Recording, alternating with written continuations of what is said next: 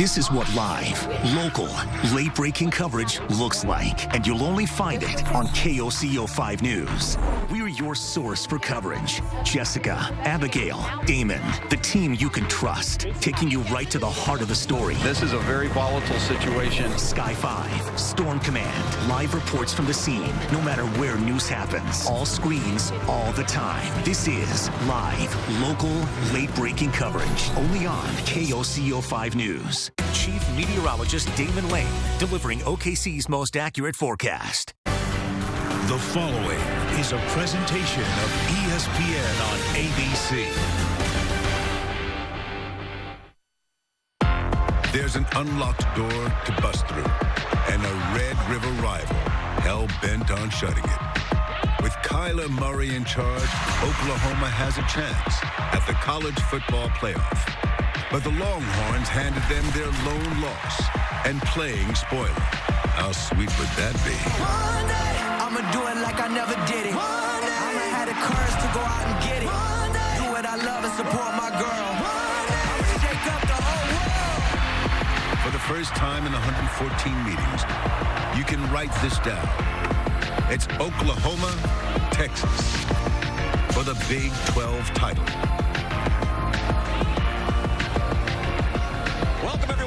AT&T Stadium in Arlington, Texas, and the Dr. Pepper Big 12 Championship presented by Jared. It's a part of Dr. Pepper Championship Week. And for the first time since 1903, there's a Red River rematch. Texas beat Oklahoma in October, 20 miles away in Dallas. It's the Sooners' only loss of this season. They'll try to avenge that today while winning their fourth straight Big 12 title. Hi, everybody, and welcome. I'm Sean McDonough, along with Todd Blackledge, joined in just a moment by Holly Rowe. Delighted to have you with us for the start of a great championship Saturday of college football. Todd, this is as big a game as any in the country today. They're playing for a conference championship, obviously huge for both. But in the case of Oklahoma, now number 5 in the college football playoff rankings, the committee will make their choices this weekend. How does it look, in your opinion, for the Sooners? They've had struggles on defense, but a historic season on offense that has made them extra special. I really think if all the favorite teams win tonight, Alabama, Oklahoma, Ohio State, Oklahoma's in. All they have to do is win the game today, but that's easier said than done because this Texas team is very capable of winning again. As they demonstrated on October 6th at the State Fairgrounds in Dallas, it was one of the best games of the season in college football, the highest scoring Red River game ever. Texas won 48-45. Both quarterbacks were tremendous.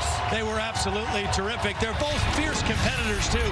Kyler Murray was brilliant, particularly in the fourth quarter when he almost brought his team all the way back from a 3-touchdown deficit, threw for over 300 yards, had a dazzling 67-yard touchdown run, but he had 2 costly turnovers in the game that were big plays in the ballgame. On the other side, Sam Ellinger matched play for play with Kyler Murray. He was spectacular, throwing for over 300 himself. He ran the ball 19 times. Now, not for a lot of yards, but 3 bruising red zone touchdowns. And I think for Texas to have a chance to win again today, Sam Ellinger has to do the same thing. Kyler Murray is going to do his thing. Sam has to play the same kind of game. And when we talked to Sam last night, he said he will run the ball, even though, Holly Rowe, he's been dealing with a shoulder injury here in the second half of the season. That's right. Sam Ellinger has been pretty banged up to finish this season. He suffered what he describes as an AC joint aggravation after an earlier sprain. He got the initial injury against Baylor early this season, but then he had an off week. He was able to recover. Then he dinged it up again against Iowa State, and he said he's pretty much been dealing with it every day, having to do extensive amounts of rehab. But he says because he's had 8 recovery days, he's feeling the best that he has. And as you said, Sean, we asked Tom Herman and Sam, will he have a more conservative style? He loves to seek contact, and they said absolutely not.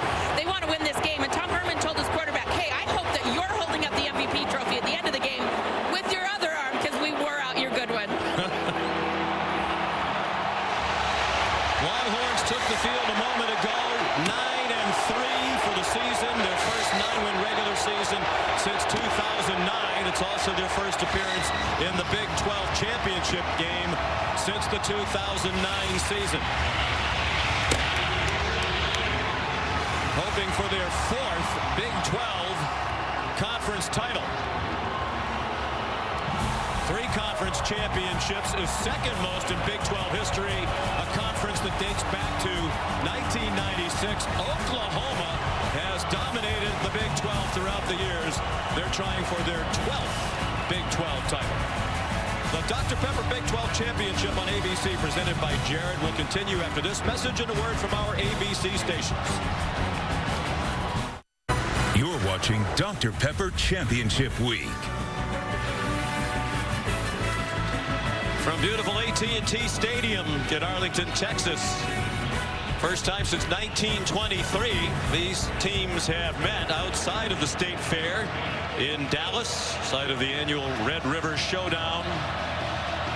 Interestingly, Oklahoma won the toss and deferred. Lincoln Riley choosing not to put the nation's best offense out there first, so Austin Seibert kicks off, and little Jordan Humphrey takes a knee 1 yard deep into the end zone. So here comes Sam Ehlinger and the Texas offense, sophomore from Austin, Texas, has thrown for more than 2,700 yards, just 4 interceptions, 2 in the first game of the year against Maryland. Then he went a conference and school record 308 passes in a row without interception before he threw 2 last week in their regular season finale victory at Kansas.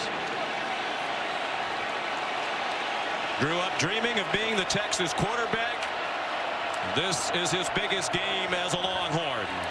And he swings it out to little Jordan Humphrey, trying to weave through the traffic, and a nice tackle made by the corner, Trey Norwood.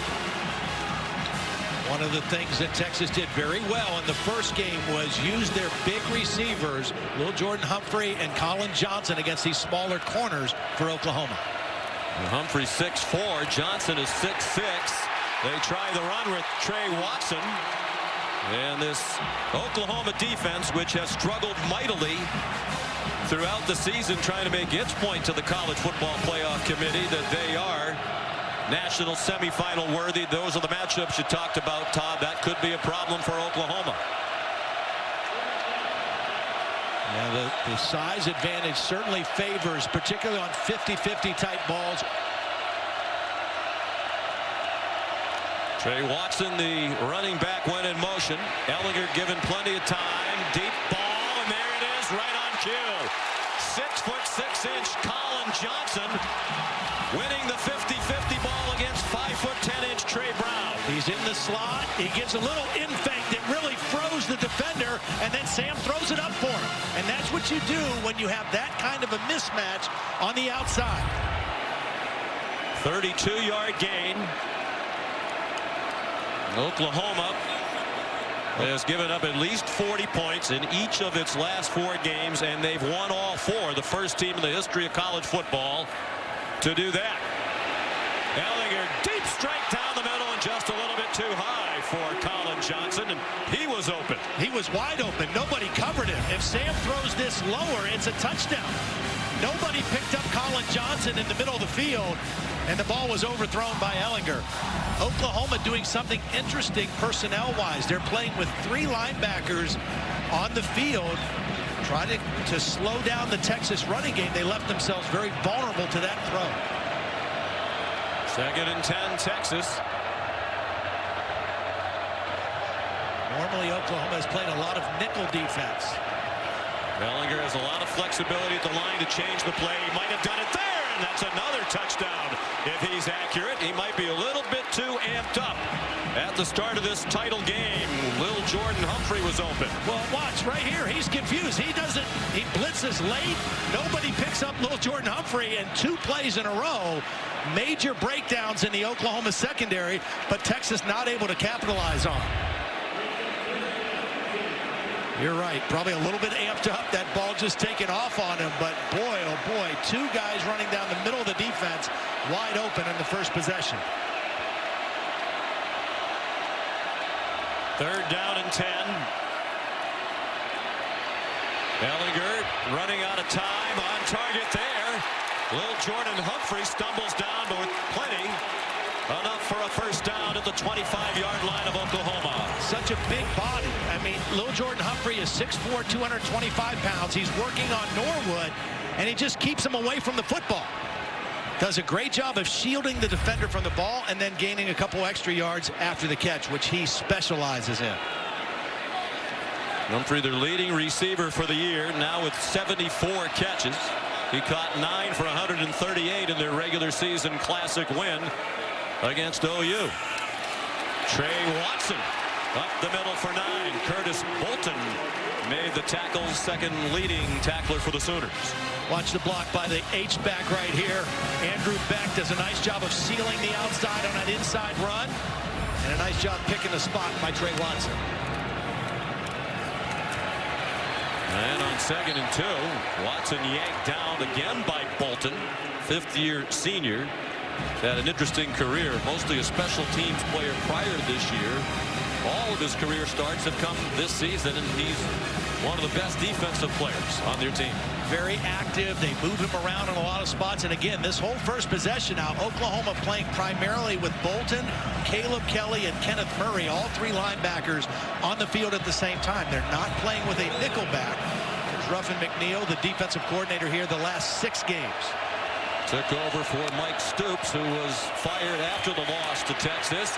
Ellinger not reluctant to run, and he takes it into the end zone. Touchdown, Texas.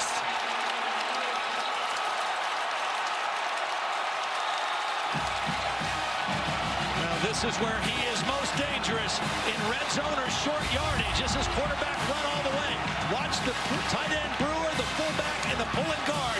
You have 3 blockers going right into the hole, and Ellinger on a quarterback design power run gets right in behind those 3 and takes it into the end zone. 3 touchdowns rushing against them the last time. Same kind of thing. 3rd and short, give it to him. We asked him, you're going to be concerned about running the ball with your shoulder such as he is. He said, not in this game. His 12th rushing touchdown of the season. Texas first on the board in the Big 12 championship game. This season, Taco Bell is celebrating student sections, passionate fans like these Texas Longhorns by awarding the best student section of the year. You can go to ESPN.com/Taco Bell to see if your team made this week's rankings and to see how your school can compete. Well, interesting start to this game as Kyler Murray gets ready to go to work for Oklahoma. This was the 6th time this season the Sooners have won the opening toss. It's the first time they deferred. You wonder again why you wouldn't put the best offense in the country out there on the field with a good chance to take an early lead rather than a very poor defense with a good chance you're going to be behind, as they are when they get the ball for the first time. Well, the point I want to make here is Sam Ellinger, look what hand he's carrying the football in, his left hand. In that highlight that Holly showed before the game, the 2 plays against Baylor and Iowa State, when he got injured and re-aggravated it, he was carrying in his right hand. He's a right-handed quarterback. He's not going to slide, but that's a way of protecting his right shoulder. There's Kyler Murray. Chance to make a Heisman Trophy statement. One last one before the voters turn in their ballots this weekend. He handed it off to Trey Sermon. And a tough 9-yard run taken down by Caden Stearns, the defensive newcomer of the year in the Big 12. Oklahoma, everything they do starts with their running game. Kyler Murray has been spectacular, but this offensive line and their ability to run the football is what sets the table for everything he does. Big 12 Offensive Player of the Year. Largely because of that skill, the ability to run away from people even when it looks like there's nowhere for him to go. Brandon Jones got him across the boundary, but it's an Oklahoma first down. Brandon Jones missed a few games with an ankle injury, had to come out of the Kansas game a week ago with a head injury. They are really happy to have him back because he is their best space tackler, and that's important against a guy like Kyler Murray. And some of these receivers and running backs who find themselves in open spaces. Oklahoma, the leading scoring team in the country, #1 in total offense, and right on target, Marquise Brown collared, and flags come down as a result of that tackle at the Texas 37-yard line. It was Chris Boyd, first team All Big 12 this year, the corner, who took him down. Reggie Smith is the referee leading this Big 12 officiating crew. Yeah, he's a Pittsburgh guy. Talked to him a little bit before the game. He was as excited to do the game as we are. Well, it's an honor. Personal foul, face mask, defense number 2. 15-yard penalty will be added to the end of the run. First down. Watch Kyler Murray use his eyes to move the safety, Caden Stearns. He looks to the left, moves the safety, then throws back to the other side to Marquise Brown, who had beaten Chris Boyd in coverage. Beautiful work with his eyes that time by Kyler Murray, and there's the penalty at the end of the catch. And Oklahoma in great field position. At the 22. Averaging 8.9 yards per play this year. That would shatter the single-season FBS record if they finish the season at that number. Some confusion along the offensive line as Murray was trying to communicate Oklahoma with the big fellas up front. calls their first time out of the half. With 10:05 to go in the first quarter. The 2018 Dr. Pepper Big 12 Football Championship, presented by Jared on ABC, is brought to you by Ice Cold Dr. Pepper, the official drink of Fansville, and Jared, dare to be devoted.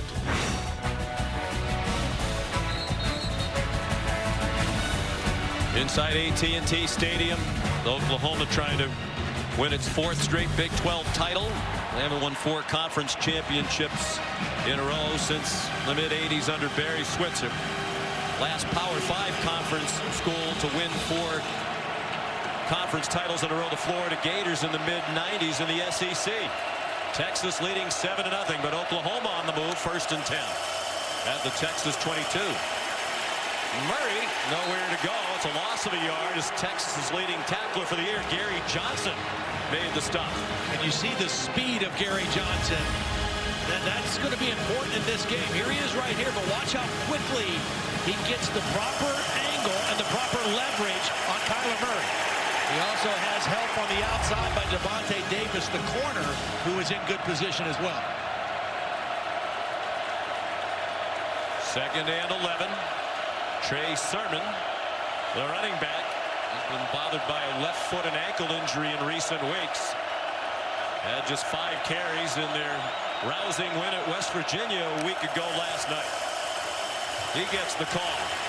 Looking for a hole behind the terrific offensive line. He gets inside the 20. Jeffrey McCulloch made the tackle. One thing I've learned in the last 3 weeks of being in the Big 12 is you got to get critical stops if you're a defense. This is an opportunity for a critical stop for Texas in the red zone on 3rd down. The play fake by Kyler Murray. Lots of time to the end zone and broken up and intercepted. Deflected by Brandon Jones into the hands of Caden Stearns. There is a flag down. Well, that was a beautiful play by Brandon Jones. I don't know what the flag is. The receiver actually ran into Caden Stearns after the incompletion. But Brandon Jones, who we mentioned they're so happy to have back, did a great job of closing with speed on that route by CeeDee Lamb and knocked the ball away. Prior to the pass, personal foul, face mask, defense number 2. That will be enforced half the distance to the goal from the previous spot.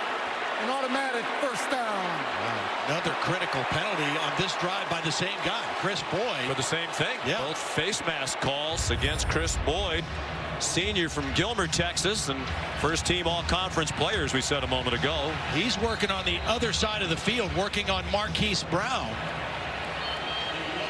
There he is at the top of the screen in coverage on Marquise Brown, and as he was feeling himself getting beat, reached that left hand up and got a hold of the face mask. So a bonus for Oklahoma and a new set of downs on the 10-yard line. Tom Herman, the Texas head coach. Ongoing conversation among the officials. The result of the previous play was an interception. The previous play is under further review.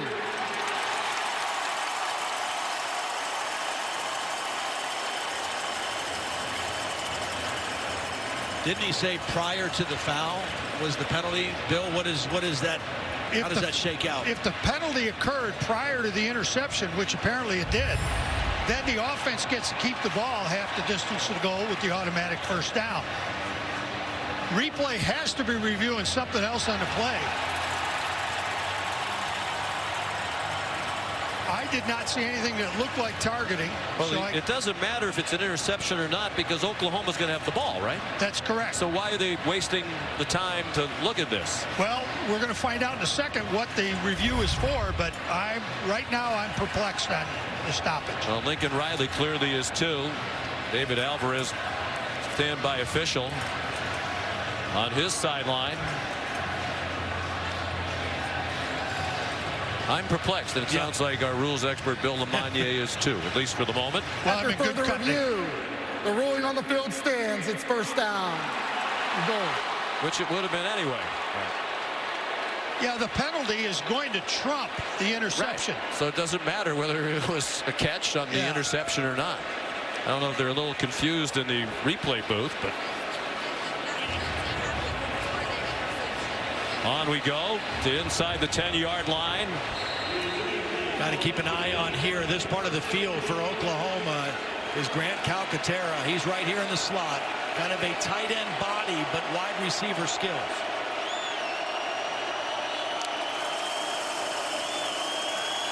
Murray after the fake to Sermon, directing traffic, fires too high, looking for Grant Calcaterra along the back line to the end zone.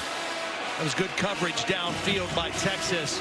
Kyler Murray wasn't able to go anywhere quickly with the football and was trying to get the ball late to Calcaterra. Good coverage on first down. As you said, Todd, so hard to get stops against Oklahoma. They got one. Yeah. And the penalty has given them 4 more downs. And usually when you give this man and his talented cast around him that many opportunities, they will cash in. Sermon stays on his feet and lunges for the goal line. They're going to mark him down just short. It looked like he would be stopped well short of the goal line. He kept breaking tackles and twisting his way to the goal line. Now this is their bread and butter play, the counter trap. They pull the backside guard and tackle. Cody Ford, the right tackle, with a huge block. There's the knee down before the ball gets to the plane. Look at it from the Dr. Pepper pylon camera. 3rd down and goal from inside the 1. Sermon is stopped for a loss. Gary Johnson leading the way. Gary Johnson read this so quickly. Watch him read and react. Here he is. He's going to shoot this gap right here and beat Sermon behind the line of scrimmage. Anthony Wheeler there as well. That is a critical stop after a critical mistake by Texas. Austin Seibert's had another great year. The Big 12 Special Teams Player of the Year. Field goal kicker, kickoff man, and punter. And that one is up and good from 20 yards. But anytime you can make Oklahoma settle for a field goal the way their offense has been this year, you have to be thrilled.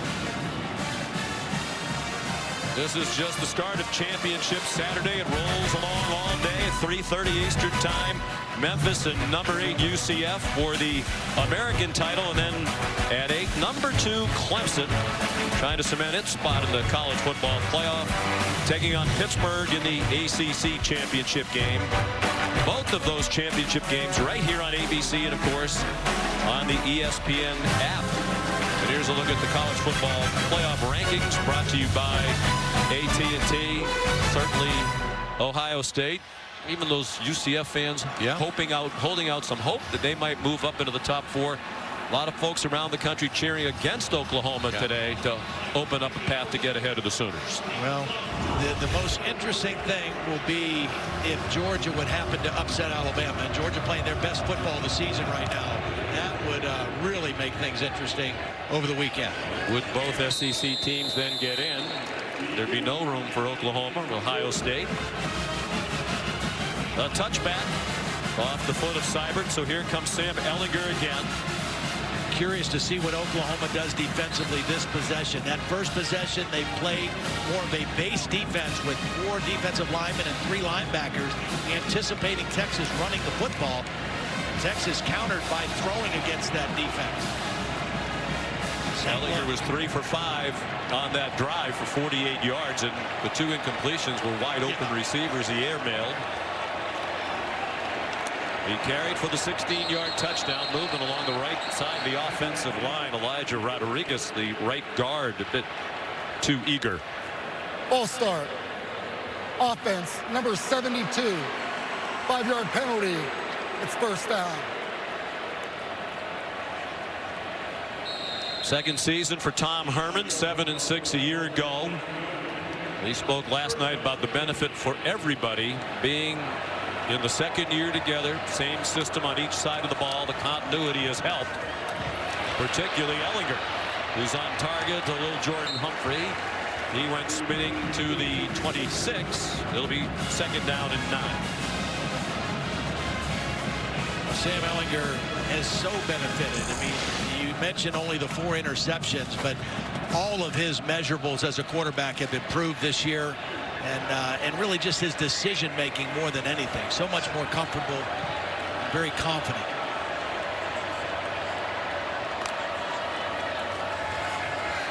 Seven minutes to go in the quarter. Ehlinger on target, first down. Devin Duvernay tackled by Kenneth Murray, Oklahoma's leading tackle man for the year. Beautiful protection. Watch the time that Sam has to just stay in there comfortably, survey the field. Duvernay, kind of the forgotten guy, the slot receiver, but the fastest of this Texas receiving corps. State champ in the 100 meters here in Texas in high school. He ran a 10.27 100 meters. Pass. It was a lateral and a throw by Keontae Ingram, and Colin Johnson was well covered by Trey Norwood. Good discipline by the Sooner defense that time. Norwood in good position. They had 2 eligible receivers. They were both covered. My question would be, when you're getting yardage the conventional way on just about every play, why do you need to go into the bag of tricks right now? Sometimes you outcoach yourself, you know. Tim Beck, offensive coordinator. He's been with Tom Herman for a few years. Was at Ohio State, at Nebraska before that. Well-respected offensive coordinator, one of the truly good guys in the business as well. Ingram chopped down along the near sideline by Caleb Kelly. Excellent tackle by Caleb Kelly. He had a breakout game last week at West Virginia that we saw. It was his first start. He had 14 tackles. He returned one of the fumbles for a touchdown. That was a heck of a play there on second and long. Those 14 tackles last week against the Mountaineers, a career high for the junior from Fresno, California. They blitz him on occasion. The Sooners are crowding the line, but Russ just 3. With others hanging around, Ehlinger in trouble. Got back across the line, and that's all. Well, they only dropped 3, but they had Bolton kind of as a spy. Now, he's not going to rush. He's going to sit right back here and watch Ehlinger. They only rush 3, and when Sam starts to leave the pocket, Bolton is there to kind of wrap him up. There's a good critical stop for the Oklahoma defense. Ryan Buchevsky, freshman from Sydney, Australia. The cousin of the great punter Michael Dixon, 3-year starter in Texas, who left a year early and is now with the Seattle Seahawks. And that's a shank. Buchevsky had a rough start to the year. He'd been much better in the second half, but that was reminiscent of the early part of the year. They're going to mark it at the 35-yard line.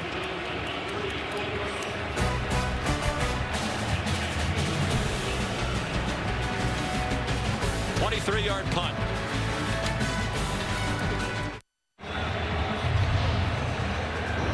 The Dr. Pepper Big 12 Championship presented by Jared. Texas leading Oklahoma with 5 minutes to go in the first quarter. It's 7-3. Time for today's Aflac Game Fact. A win today would mark Oklahoma's 4th straight Big 12 championship. The last Power 5 program to win 4 straight conference titles. Florida 93-96.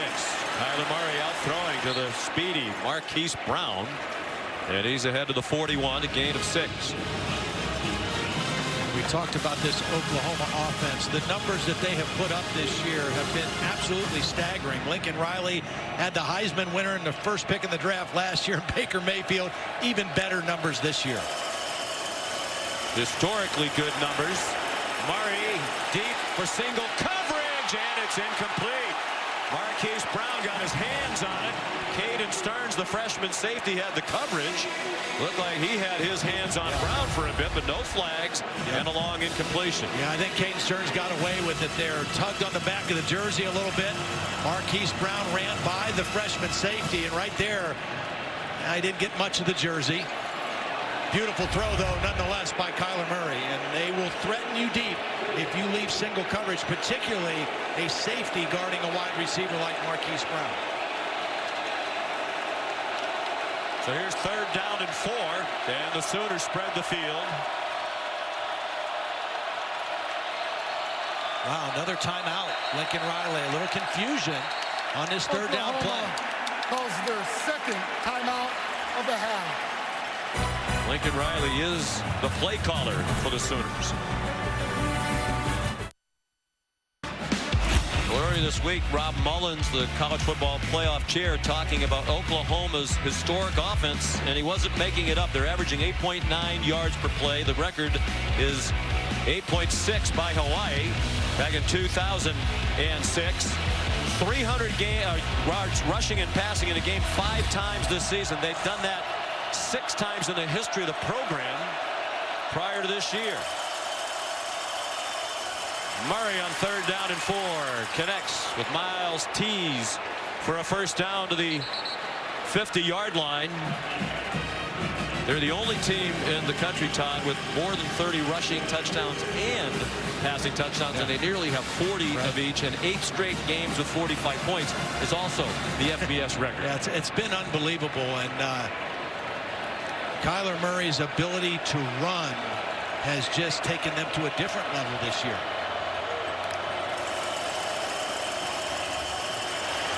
Texas laying back at the snap of the ball, and Miles Tees another catch. He didn't have a catch at West Virginia. The 2 on this drive give him just 9 for the year. They're also deep at wide receiver. That's an 8-yard gain. I also think this offensive line this year is better than the unit that they had last year. They've moved some guys to some different spots. They have a new center, and they have been outstanding. Tremendous freshman center, really talent. They think pros all across the 5-man offensive line with NFL futures. There's Creed Humphrey. Kennedy Brooks, the ball carrier. He did not get the first down. Sooners line up very quickly. Longhorns soft 1-man into the line very quickly. And Kennedy Brooks. Did he get enough? It looks like he got to the 40-yard line before he was driven back by Gary Johnson, among others, and it's an Oklahoma first down. Great opportunity right here now after the conversion for a play-action deep shot. See if they get the look that they want. They do some really unique things with their play action because they run that counter trap so effectively. That single coverage with Marquise Brown right now at the top of the screen. And Murray might be changing the play again. He sends Miles Tees back to the left. Play clock at 3. And a fake to Kennedy Brooks. And a deep throw. Single coverage. Boyd with contact again. That's going to be his 3rd penalty of the opening quarter as he tried to run with Marquise Brown. Well, there is nothing that Chris Boyd could do on this one. The first 2 penalties, he made the mistake. This ball was a little bit underthrown. Pass interference, defense, number 2. That's a 15-yard penalty from the previous spot. Automatic first down. As Marquise Brown slowed down, Chris Boyd just couldn't put the brakes on and ran into him. It's the right call, but really unavoidable for Chris Boyd. But they went after him. Kyler Murray changed the play at the line of scrimmage when he saw that single coverage outside. And you're lucky if you catch Marquise Brown when he slows down. He doesn't slow down very often. junior out of Hollywood, Florida, nicknamed Hollywood. Here's Kennedy Brooks, one of the most productive running backs in the country in recent weeks. He was number 5 on the depth chart at the start of the year, but injuries moved him up to number 1. And he's piled up a lot of yards, at least 165 on the ground in each of the last 3 games, running through a lot of big holes. Yeah, and I really think it was interesting the way that Tom Herman described it, talking about Oklahoma's offensive line. Said they're so good, it's kind of been plug and play for Oklahoma at tailback. Well, they lost Rodney Anderson in the second game against UCLA. He was their starter and a great back. But this unit up front has been so solid that they've been able to play with a lot of different people back in that tailback position and be very productive. Under 2 minutes to go in the quarter. They again run the play clock all the way down. Here comes pressure after Murray, and he throws it away. Anthony Wheeler came on a blitz. Todd Orlando, the defensive coordinator for Texas, said you can't just let him stand back there all day. You have to mix it up and come after him every now and then.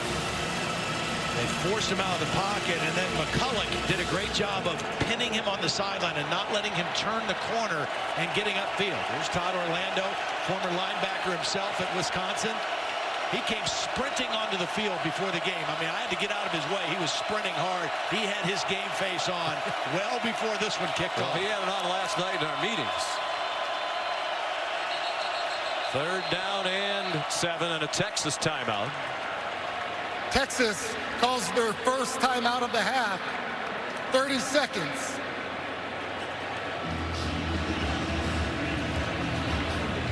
Todd Orlando, tremendous respect for Kyler Murray. Said, I don't think I've ever seen anybody like him. And also for Lincoln Riley. He said he's as good a play caller as there is, and he admires greatly the Oklahoma offensive system designed by Lincoln Riley. Yeah, and you know, he said that the thing about it is it's fairly simple in its concepts, and they do a great job of using max protection and their play action and their ability to run the football, and it's obviously a very quarterback friendly offense, as Baker Mayfield flourished in it, and so has Kyler Murray. And as you take a look at how Kyler Murray stacks up with the other top Heisman candidates, Tua Tagovailoa of Alabama, Dwayne Haskins, he is right up there, and this should go down to the final weekend as it is right now. And we're told only about 10% of the Heisman voters have already cast their ballots. That's a very low number. They're due on Monday. These voters want to get one last look in championship settings at these 3 contenders, perhaps some others as well. On 3rd and 7, Murray. Now this is a design quarterback draw, and they're going to lead with Kennedy Brooks. All right, so Kyler's going to show pass. The line's going to all show pass, but it's a design quarterback run with Kennedy Brooks as the lead blocker. And Kyler Murray gets the yardage he needs and then gets down. Previous players under further review. I guess there's some question about whether he got to the line to gain. They're going to take a look at it. The ruling on the field is that the quarterback slid after he made the line to gain. That spot is under further review. So that's where the slide is initiated, I think. Where they'll mark this down. Once you start into the slide, that's where they mark you down. That's a first down. He's clearly past it. You can see the yard marker. The yard to gain was right directly on the 15-yard line. They marked the ball on the 14.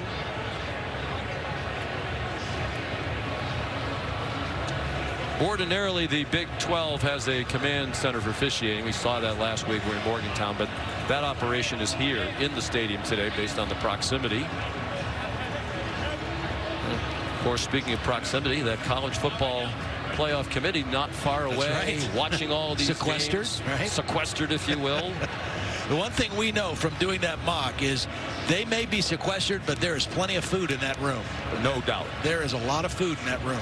We were fortunate enough at midseason to take part in a mock exercise here in the Dallas-Fort Worth area where they told us how they go through the process of selecting the teams, ranking the teams. Not an easy job. We talked about the Heisman backdrop. You're a Heisman voter. Yeah. Holly is a Heisman voter. I feel very privileged to have a Heisman vote as well. None of us have voted. After further review, the ruling on the field stands as called first down. Well, Sean, and every voter has their own criteria. For me, one of the biggest things I want to see is how do these guys play in the biggest games of the year? And the biggest games started last week, and they continue this week. So I want to see all three of those guys that were on that graphic. I want to see them play in these big games down the stretch. I think there are some years when you get to this time of year where the person who's going to win it is pretty clearly established, at least in the minds of many. But the low vote total already cast is indicative that most of these voters want to see more from the leading contenders. Kennedy Brooks.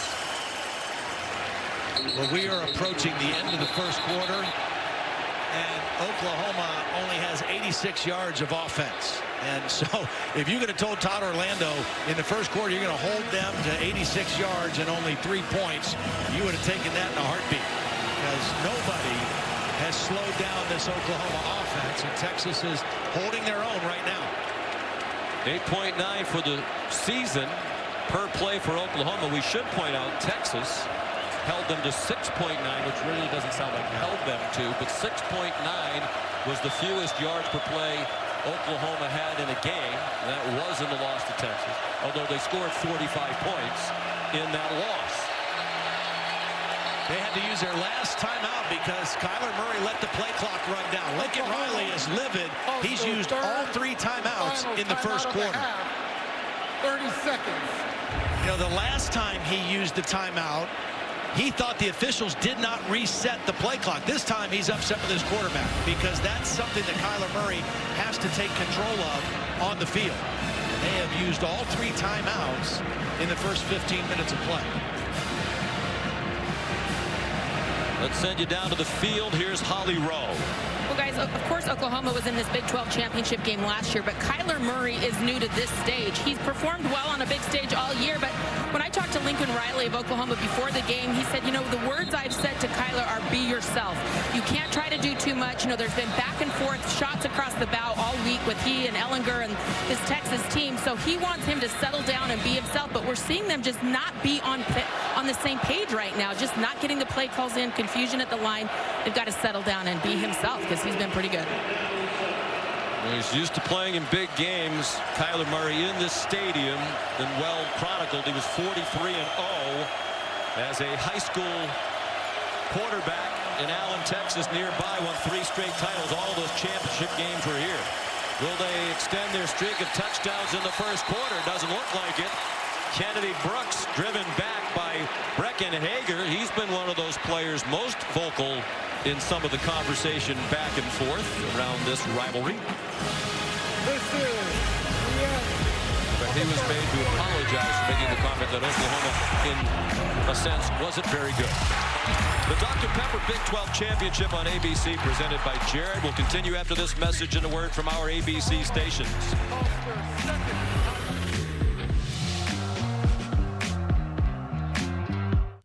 What are you guys doing outside? The game's on, and there's Bud Light inside.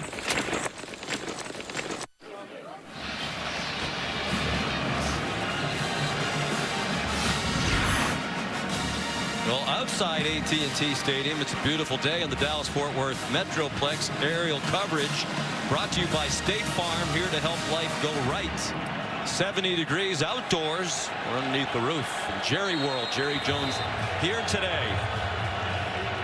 After a big win for his Cowboys here 2 nights ago. Their 4th straight win as they shut down the New Orleans Saints. 3rd down and 6. Texas showing blitz. Leading 7-3 the first play of the second quarter. It is a Texas blitz. Murray lofts one up, and it's incomplete. Marquise Brown ran under it, tried to make an over-the-shoulder catch, and Chris Boyd, who had a very rough first quarter with 3 penalties, had good coverage there. Well, that's why you have to have short-term memory. If you're a corner, you got to keep fighting. He does a great job of knocking that ball out late. This is a beautiful throw by Murray. It's a catch until the very end, and Chris Boyd does a great job of staying with the play and ripping that ball out. Good view of it from the Dr. Pepper pylon camera. So here's Seibert again. Already connected from short range, and this one's from 27. And smiles on the defenders' faces on the Texas side as they can force field goal attempts all day long. Yeah. They could be in line for the biggest win that this group of Texas players has had in a conference title game for the first time since 2009. The best thing they're doing right now is they are stopping the Oklahoma run game. Oklahoma has 40 yards on 12 carries. That's a little over 3 yards a carry coming into the game. Best in the nation, averaging 7 yards every time they run the football. So slowing down that Oklahoma run here early in the game has been the big key or the recipe for Texas's success on defense so far. We mentioned their first appearance in the title game since 2009. We should point out there was no Big 12 championship game from 2011 through 2016. They brought it back a year ago, won by Oklahoma. It started back in 1996. Texas has won 3 of them. Touchback kicked by Austin Seibert. Well, we won't have to wait long to find out who's in tomorrow. The exclusive reveal of the college football playoff semifinal matchups. They'll be in the Capital One Orange Bowl and the Goodyear Cotton Bowl to be played on Saturday, December 29th. The Cotton Bowl Classic will be here. Reese and the guys will unveil the final top 25, but everybody wants to know about the top 4. And is Oklahoma better than Ohio State? One of the big debates. Yeah, I think their strength of schedule is a little bit better. I think it comes down to also Ohio State maybe had a better win. Ellinger going deep on first down. The catch made by Colin Johnson. There was contact. The question is, did he push off? That's what it looked like from here. And that's what Parnell Motley is saying to the officiating crew, led by head linesman there, Mike Moeller. Yeah, Colin Johnson slowed down initially. Pass interference. Defense, number 11. The penalty is declined. Same kind of play that Boyd got called for interference on. Watch Colin Johnson slow down at the end of this route. And when he slows down, Motley makes contact. I think that's a no call myself. I don't know that you need to call pass interference on that play. There was contact. To me, it looked like it was the right arm of Colin Johnson that initiated it. Ellinger, after the 31-yard pass play, runs ahead for 6. He's inside the 40 to the Oklahoma 38, taken down by Neville Gallimore and Kenneth Murray. Now, his ability as a runner the last 2 years against Oklahoma has been huge. 19 carries in October and 22 carries the year before in the Red River game.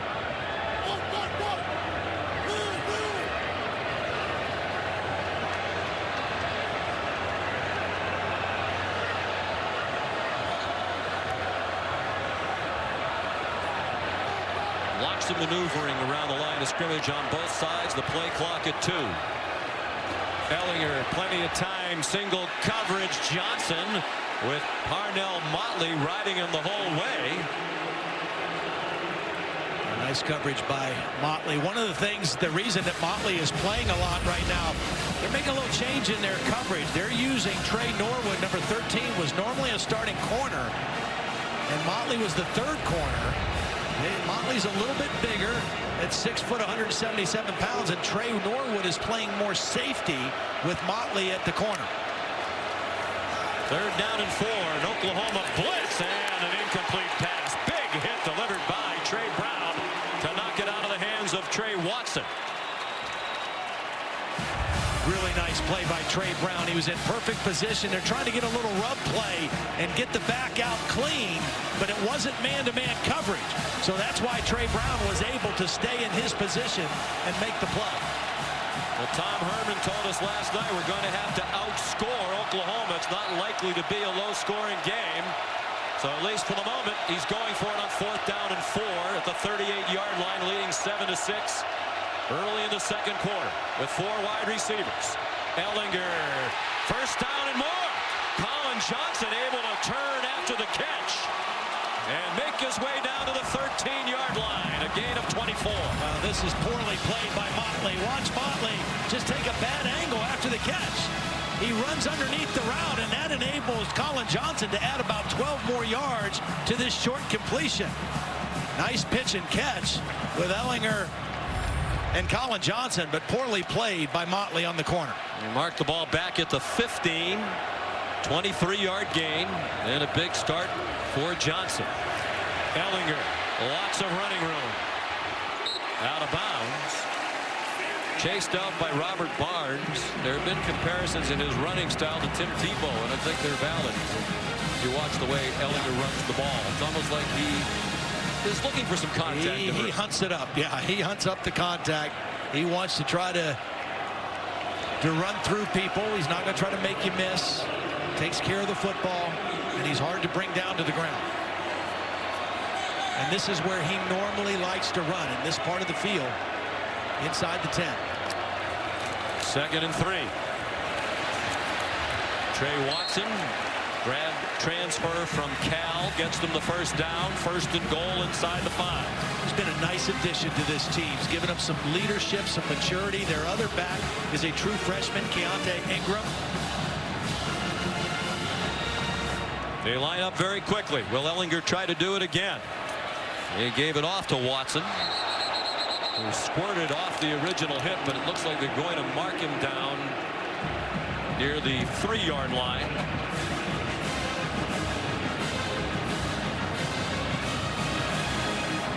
Unaccustomed position for Oklahoma.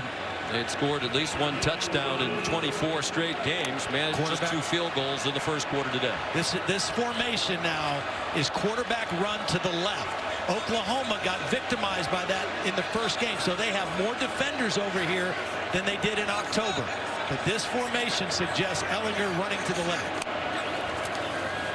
Ellinger looked to the left, takes it up the middle, and in for another touchdown.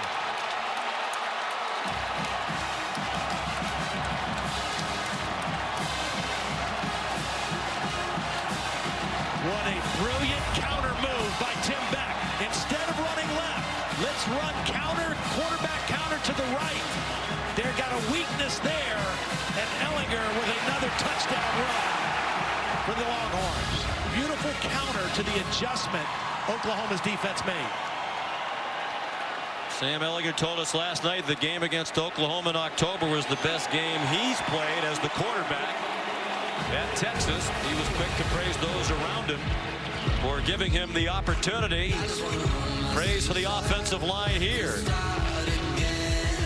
Dicker's extra point makes it 14-6 for Tom Herman and the Longhorns.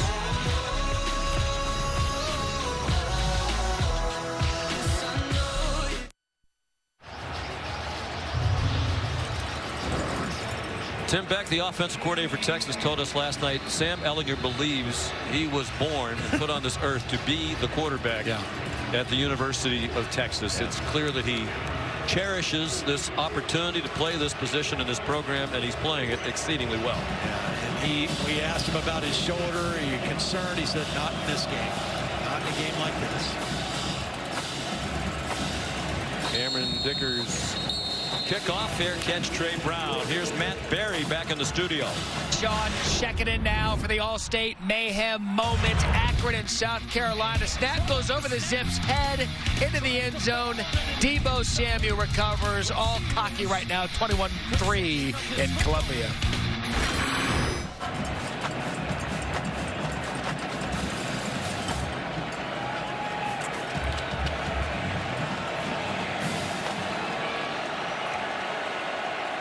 Just 2 field goals for Oklahoma. I believe I said they were both in the first quarter. 1 in each quarter so far for the Sooners. The 3 points in the first quarter, their season low. The previous have been 7, done 3 times this year. Trey Sermon ahead for Lincoln Riley for a yard or 2, and that's all on first down. Well, I really think Lincoln's going to have to start airing it out a little bit. Texas is really getting a lot of bodies around the running game, doing a great job of negating any decent runs here early in the ball game.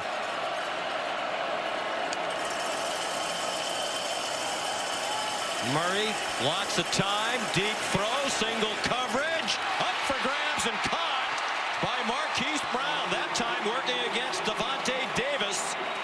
A 46-yard gain for Oklahoma. This This is kind of quarters coverage, so it ends up being single coverage outside. Davis had outside leverage, and Marquise Brown did a beautiful job of beating the coverage. Does he secure the catch all the way through to the ground? The ruling on the field. Oh, he did not. Was a completed pass. The previous play is under further review. And Marquise knows it. He made a beautiful effort on it, but as he was going to the ground, he lost control of the football. The Texas fans cheering. They were already screaming, wanting a replay review as they saw the original replays. The ball can touch the ground, but you have to maintain that control all the way through the catch and through hitting the ground, and Marquise Brown not able to do that. I think we saw, even though he didn't make the catch, part of what is getting the attention of the NFL people, because he's not big. As a matter of fact, one of the reasons why he didn't have an FBS offer and he wound up in junior college out of high school in South Florida was he was 138 pounds. They list him at 5'10". That might be a little bit generous, but he can go up and get it, in addition to his blistering speed. And 9 catches for 131 yards and 2 touchdowns when these teams met in October. And we saw him put on a show last week in Morgantown. He's been a little bit banged up midway through the year, but he has come back healthy now, and he is just always a threat vertically to your defense. You talk about last week in Morgantown, he had 5 receptions in that game of 25 yards or more.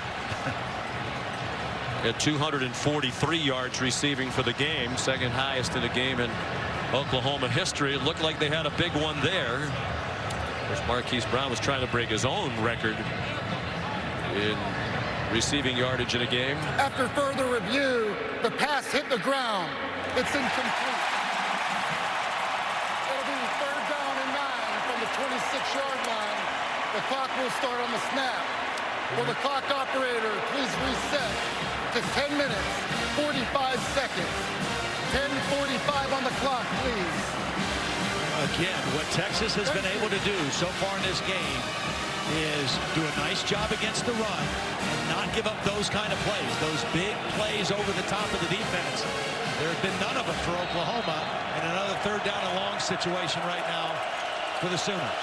Averaging nearly 9 yards per play for the season. They're averaging 4 yards per play to this point. But a long way to go. And an Oklahoma offense so explosive, as we saw in the regular season meeting when they rallied from 21 down to tie against the Horns. Marquise Brown got blasted as he approached the line to make by Devontae Davis, and they're going to mark him a yard short. If Davis doesn't make this kind of a hit, Marquise Brown's going to turn this upfield and score. Or, I mean, at least get the first down. But Davis hits him right before he gets to the marker. And he hit him high, which did not enable Marquise Brown to get any further. P.J. Locke, the senior, slowed him up. And Davis finished him off. And it's a punt for Seibert, who punted only once in their win in West Virginia last Friday night. Not a great kick. Little Jordan Humphrey backfielding punts for the first time this year. For that reason, Tom Herman said, I'm getting tired of watching punts bounce around on the ground. The 2018 Dr. Pepper Big 12 Football Championship, presented by Jared on ABC, is brought to you by Ice Cold Dr. Pepper, the official drink of Fansville. Pacific Life. Experience the power of Pacific. And Chevrolet. Chevy has earned J.D. Power Dependability Awards across cars, trucks, and SUVs. Texas's last Big 12 title, 2009. The last time they were in the title game, they beat Nebraska. Colt McCoy, the quarterback, and Mack Brown, the coach. One of his 158 wins as Texas coach. Only Darrell Royal with more. 244 all-time for Mack. Many of them at North Carolina. And we congratulate our dear friend and colleague as he returns to coaching as the head coach once again of the Tar Heels. Ellinger on target. Nice move by Colin Johnson after the catch. And We appreciate what Mac did for us. Yes. It's college football's game, though, to have him back on the sideline. Absolutely. And I'm looking forward to seeing him going up to the College Football Hall of Fame dinner on Tuesday night in New York. Looking forward to seeing Mac and sharing in that night with him. He's going into the Hall of Fame. This is pretty good when you're athletic director. You can say we're hiring literally a Hall of Fame coach. Vince Young among the Longhorn royalty. His quarterback on the national championship team in 2005, Matt Brown. No gain on first down here for the Longhorns, leading 14-6. They have shut down the nation's #1 offense. Nearly doubled them up in yardage. Sam Ehlinger, 9 out of 13. Pulls it down running. He has run for both of the touchdowns in this game. Not a lot there, about 3. Pursued across the boundary by Trey Brown. You know, Sean, it's interesting to me as you take a look at Kyler Murray. Murray looks a little frustrated on the bench, but to me, the reason Texas is returning, I think, to being a contender again is because they finally are getting some stable quarterback play again. Sam Ehlinger, his stats this year, he's doing things that haven't been done since Colt McCoy and Vince Young were the quarterback, and that was a long stretch with poor quarterback play. Lots of turnover in coaching staffs as well. Ehlinger sacked. Amani Bledsoe there for Oklahoma. Just his 2nd sack of the season. Really nice play by Bledsoe. Working on Cosme. They really like this right tackle, but Bledsoe just overpowers him. Just kind of gets him backpedaling a little bit, gets by him. Man is also there on the other side, and they forced a punt. So a nice stop by the Oklahoma defense when they needed it. So here's Buchevsky. His first punt was a shank. C.D. Lamb, dangerous return man back deep. Wow, they were close on that one. Lamb with a flag down. Lamb, nifty run back, excellent footwork as he made it to the 43. Well, there is a flag down far sideline along the line of scrimmage. And we talk about the Oklahoma offense, but one of the great areas of improvement of this Sooner team this year has been in their return game and the special teams. Seibert obviously has been great, special teams player of the year, but their return game has really stepped up. It's against Oklahoma. Offside. Defense, number 11, lined up in the neutral zone. Correction, moved into the neutral zone. 5-yard penalty from the previous spot. Replay, 4th down. Parnell Motley moved into the neutral zone. This is him right here out on the gunner. They put a lot of pressure on the punt, but he stepped into the neutral zone, and that drew the flag. See if they go after the punt again. To your point, last year, Oklahoma was 97th in the country in punt return average, 5.6. This year, they're 16 yards per punt return, and that is 8th in the country. Lamb himself is 14.3. A long return of 66 this season for C.D. Lamb, sophomore out of Richmond, Texas. Oklahoma with 2 block kicks returned for touchdowns this year already, too. Another so-so effort by Buchevsky, but the coverage is excellent this time by Josh Thompson, their leading special teams tackler for the year. There is another flag down. This one is at the Oklahoma 45-yard line.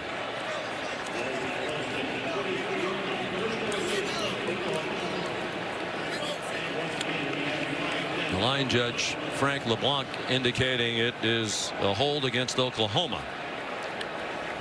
Well, after that sack, Oklahoma looked to be able to get decent field position, but now, after a couple penalties, they're going to be backed up. During the kick, holding receiving team number 87. That will be enforced 10 yards from the end of the kick. 1st down. Miles Tees called for the hold. Take a look as they're going on the right side. I think right there. They're holding P.J. Locke, number 11. There it is, the takedown, and And again, what started out looking like Oklahoma would have really good field position, now they're backed up inside the 15. Give the Texas defense credit, well coached, and they're executing very well as well. They've held Oklahoma to 96 yards of offense. And we're midway through the second quarter. Murray has a man open, C.D. Lamb.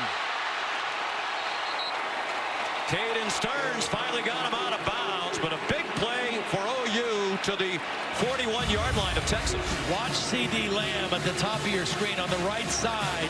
He's going to fake like he's getting a quick throw, and then he runs by the freshman safety, Caden Stearns. He kind of set him up, and Kyler Murray led him perfectly for the big play. So concerned as a defender that Murray is going to turn the corner and run it. Trey Sermon, well, to stay on his feet for a moment, and he got driven back after a 5-yard gain. And the Texas defense saw that in the regular season meeting. Murray, as Todd Orlando said, ran by our entire defense on a 67-yard touchdown run. They know how fast he is. 3-man rush. Now they send a fourth after him, and that pays off. Anthony Wheeler again for the Longhorns. Yeah, watch Anthony Wheeler, the work he does on this play. Now here he is. He's not rushing the quarterback, but he's got eyes on the quarterback. So he's just trying to stay in a position to mirror with Murray and takes a beautiful angle to the sideline and forces him out after a short gain. That is not easy to do, because if you take at all a bad angle, Kyler Murray's going to turn the corner on you. Senior from Dallas, Anthony Wheeler, their second leading tackler for the year, one of their 5 team captains. Under 6.5 to go till halftime. 3rd down and 8. Probably 4-down territory if they need it. We'll see, because there's Carson Meyer. Taken down by Gary Johnson, 1.5 yards short of the first down. They are in long field goal range, but Lincoln Riley is calling a play. Nice job by Meyer, just kind of finding a soft spot in that zone defense and bringing up the 4th down play. You want the ball in number 1's hands here on this kind of a yardage situation. Give him a run pass option on 4th and short. Trey Sermon and Kennedy Brooks, the running back on either hip. It's Brooks on Murray's right. And it's Sermon. A first down and much more as he slid through inside the 28-yard line. I actually think they got away with a little movement right here early by Cody Ford before the snap. Got away with it, no flag. Nice lead block by Kennedy Brooks, and a first down for Oklahoma.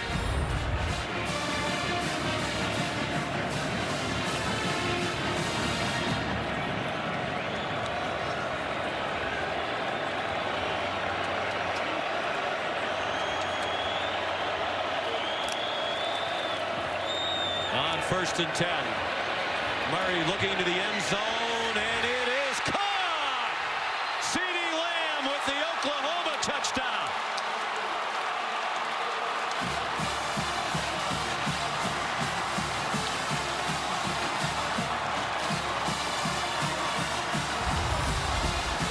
C.D. Lamb's in the slot. He's running the deep post. Kyler Murray looking right first. Then he comes back. He's got single coverage, and he runs by Brandon Jones, the safety.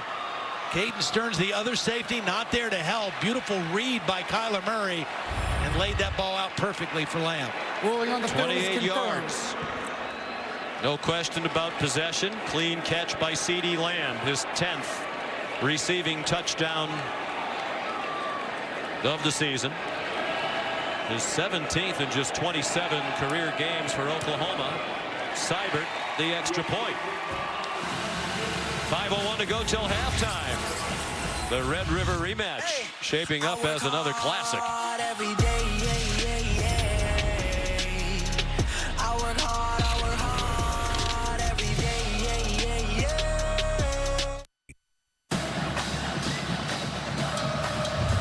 Kyler Murray and Oklahoma. Sooners their first touchdown of the game to make it a 1-point game. 5:01 away from the Capital One halftime report. Kevin Nagandi, Jonathan Vilma, and Jim Mora. Big shoes to fill for Coach Mora, stepping in for Mac Brown. Austin Seibert touchback machine. And no chance for a return. 4 kickoffs and 4 touchbacks for the senior from Belleville, Illinois.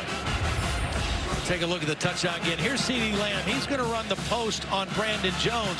But what I want you to watch is Kyler Murray is going to use his eyes and fake looking that way a little bit, and watch the safety. The freshman, Caden Stearns, is going to move towards that back a little bit. And as soon as he did that, he was not able to get back and help on the deep throw to CeeDee Lamb. Just that little bit of movement by Kyler Murray with the eyes moved the safety and opened up that deep throw to CeeDee Lamb. Sam Ehlinger. And the Longhorns now with a 1-point lead. Trey Watson, the running back, and whistles stop the play for a flag. I don't think they got the play off. Delay of game. Offense. That is 5-yard penalty.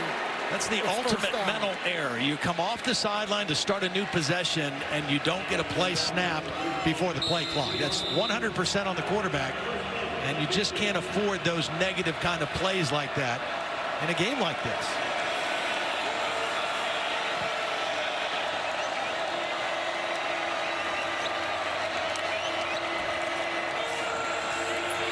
Ehlinger surrounded, took off up the middle,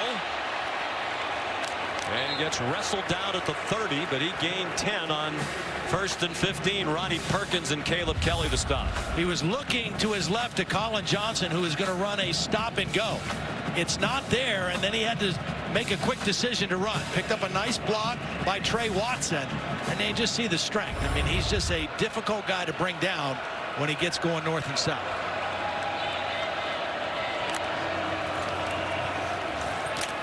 Trey Watson driving the legs, but he got stood up by Curtis Bolton. What a nice tackle by Bolton. I mean, he met. This is absolute picture perfect tackling. Meet the guy in the hole, face up, wrap him up. Your old partner Chris Spielman would have loved that play right there. That is vintage linebacker tackling. Meet him up high, wrap him up, take him to the ground. Here's Ehlinger. Got through the pile after he had gained the yardage for the first down, got some extra out to the 40. Yeah, watch the block by Beck, 47, and Watson, 5. Design quarterback sweep all the way. And Ehlinger, again, just shows his power. Took a late shot at the end of that play by Trey Norwood. And out of the game, Kenneth Murray, their leading tackler. Struggled on that play, didn't get Ehlinger down. Deshaun White takes his place. Number 23, a true freshman.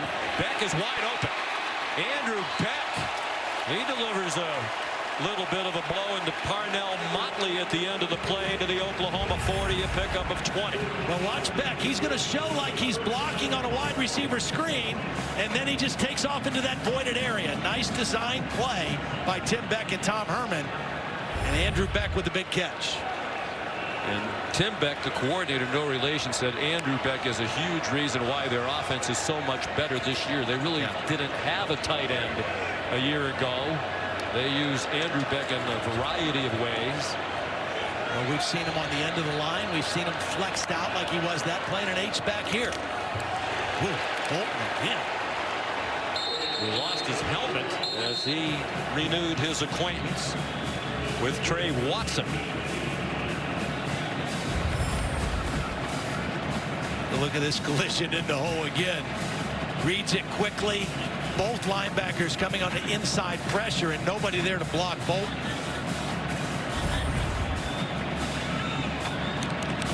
I think Texas would be wise here, Todd, to run the clock. Yeah. They still have 12 more seconds. They know how quickly Oklahoma can score. This is just second down. Ideally, Tom Herman would want to score with as little time left as possible. Flag down. Ehlinger, that looked like a push-off. Colin Johnson, it's a touchdown, at least for the moment. Sooners irate that there wasn't a flag for a push-off, and perhaps there was. There is one down in the end zone. There's also one back near the line of scrimmage on the far sideline. I'm not sure Texas was lined up correctly on the outside in their formation. We'll see what both penalties were. But again, using that size advantage with Colin Johnson, and you're going to take your chances with that. There was a flag thrown at the line of scrimmage right at the snap. And as you said, it might be Texas was not lined up correctly. Something along the line of scrimmage, certainly. Then the flag in the end zone. You wonder if they did get Johnson for the push-off. There are 2 fouls on the play, both by the offense. Illegal shift is declined. Pass interference, number 9, will be enforced 15 yards from the previous spot. Replay, second down. Well, the illegal shift, I just don't think they got set up out here correctly when they snapped the ball. And then here's the one-on-one coverage that you're going to see. Colin Johnson, they're throwing it up, giving it a chance, and he gets the push off at the end of the play. You have to be set for 1 second. I kind of thought they might have been set for that 1 second, but that's what drew the flag. So 2nd and 25. Ehlinger out of the gun. Chased by Gallimore, throws. Incomplete. Brennan Eagles, the intended receiver, and he's only caught 1 ball all year. True freshman who had his only catch back in week 2 against Tulsa. Well, you talk about, again, critical stops. Look at the enthusiasm on the Oklahoma bench. Their defense right now with an opportunity right before halftime. Their offense is going to get the ball to start the 3rd quarter. They have a chance to turn this game right now. Well, I would question the play call there by Texas throwing the ball. Oklahoma has no timeouts left. Yeah, that's right. 2nd and 25. You might have wanted to run a play that would keep the clock running. It's a screen. It's a good screen. It's Keontae Ingram. Backwards to the 41-yard line, well short of the first down by about 11 yards. Now they can let that clock run now, Sean, as far down as they can. Use one of their timeouts and then try to punt the ball deep, I would think. I don't think you want to go for it here and give Oklahoma any kind of a short field. Their offense started to come alive here of late. So run that clock down as far as you can. Try to get a good punt inside the 5-yard line and make Kyler Murray go on a long field with no timeouts. Looks like Tom Herman is going to use the timeout. If you know you're going to punt, you could also just take the delay penalty and maybe give the punter a little more room. So it is a timeout, Texas. Tom Herman has the only timeout left for either side.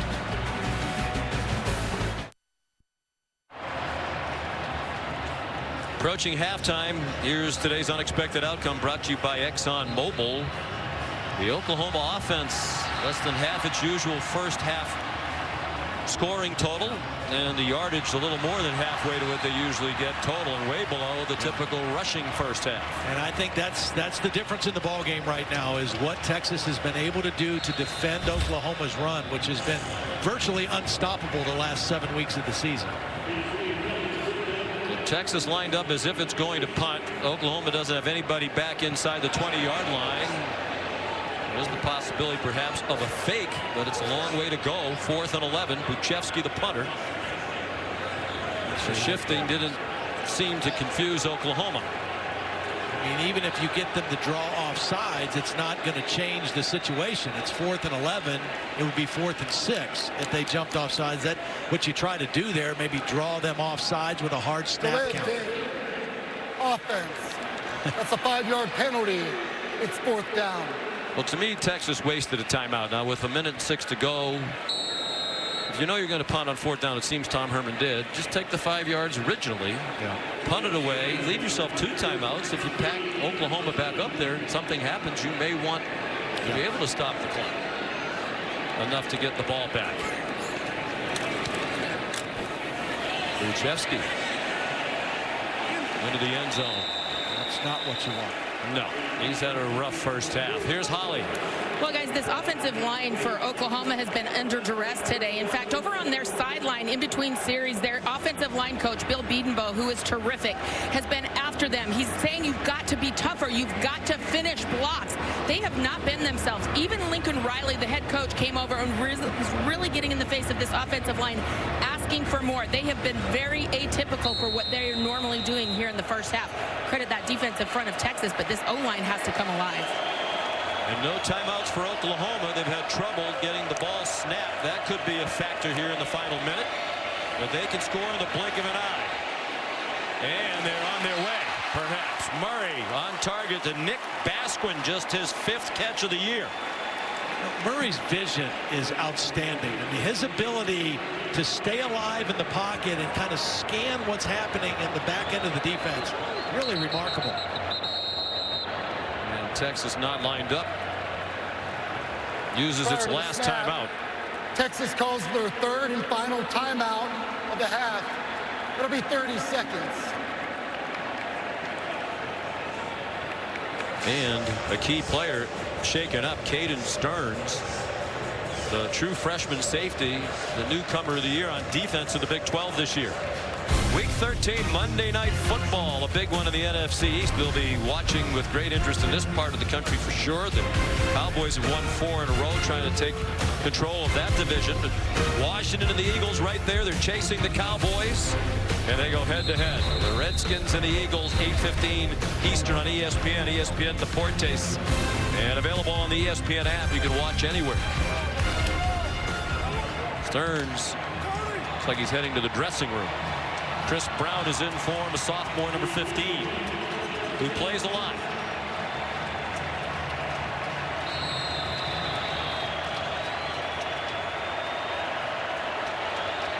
.51 seconds to halftime. No timeouts on either side. 1st and 10 Oklahoma from its own 44. Sooners have not led in the game. Basquin again. High stepping his way out of bounds and thrown down at the end by P.J. Locke, but it's another 1st down. Texas was so concerned about covering deep that they didn't have enough defenders over there on that quick throw. Had 2 blockers in front and a big gain with that pass. Basquin had 4 catches all season long. Now he's had 2 back-to-back. They're at the 36 of Texas in long field goal range. Murray all day. Throws and a leaping catch by C.D. Lamb, and he is inbounds at the 19. The ruling on the field is a completed pass for a 1st down. No pass rush. Good job by that offensive line in this possession, giving Kyler Murray time to just see what he wants to see. What a catch, but I don't know if he got that foot down. They ran the play. Kennedy Brooks carries. Wow. I think Oklahoma got away with one there. I don't know that he got his foot down. I think he had 1 in and 1 out. It was just a question of which one came down first. Meanwhile, after the Brooks run, there's a flag. Tremendous effort. But the left foot down, right foot out. I think you're right. I think the left foot came down first. I think he just got the left foot down ahead of the right. All you need is one. It has to be the first one. Yeah, left toes down. Good call by the officials. Wow, what a catch. And good work by the replay booth to let them continue on. Officials now conferring. Brecken Hager. After the play, personal foul, face mask by the defense, number 44. That will be enforced half the distance to the goal. It's an automatic 1st down. This dead ball foul caused the running clock to stop, and Oklahoma will decline the 10-second runoff. They will start the clock on the snap. Hager, an emotional player. As Todd Orlando said, he's a little out there. He's hoping they win today for a lot of reasons, including he wants to cut that long hair. He said, "I won't cut my hair until we win a Big 12 title." And it's been growing for several years without a haircut. Eye on Calcaterra right here. He's the biggest receiver out there. Longhorns inching toward the line. They bring pressure up the middle. It was blocked. And it's Calcaterra with the Oklahoma touchdown and the lead. Flag down in the back of the end zone near where he made the catch. I think it was holding or pass interference on Brandon Jones, who was in coverage on Calcaterra. Prior to the pass, holding, defense, number 19. The penalty is declined. It is over the play. Touchdown. This is a beautiful route by Calcaterra. He's going to set up Brandon Jones. Watch Calcaterra move a little bit outside, pause, and then cut back in, and that's what drew the holding, but still a beautiful throw by Kyler Murray to the back of the end zone, and Oklahoma takes the lead. For the first time today. Even when they're stagnant, they're so explosive. The extra point by Seibert has given the Sooners a 6-point lead. Nice job by Murray, not panicking, even though there were some free rushers coming. He knew he had Calcaterra in the back of the end zone and threw it to his biggest target out there for the touchdown. Grant Calcaterra, sophomore from Rancho Santa Margarita, California. First-year starter. Last year played behind the terrific Mackey Award winners, the best tight end of the country, Mark Andrews, who's now having an excellent rookie year for John Harbaugh and the Baltimore Ravens. Well, and another costly face mask penalty on Texas in that drive. That now 8 penalties for 78 yards against Texas in the first half. As good as they played in so many ways, that has hurt them in this ballgame. And you go back to the play calling, not to belabor the point. But with 2nd and 25, they're in their own territory. Oklahoma out of timeouts. They threw a pass, it was incomplete. Tom Herman said, you got to outscore Oklahoma. Clearly that's what he's trying to do.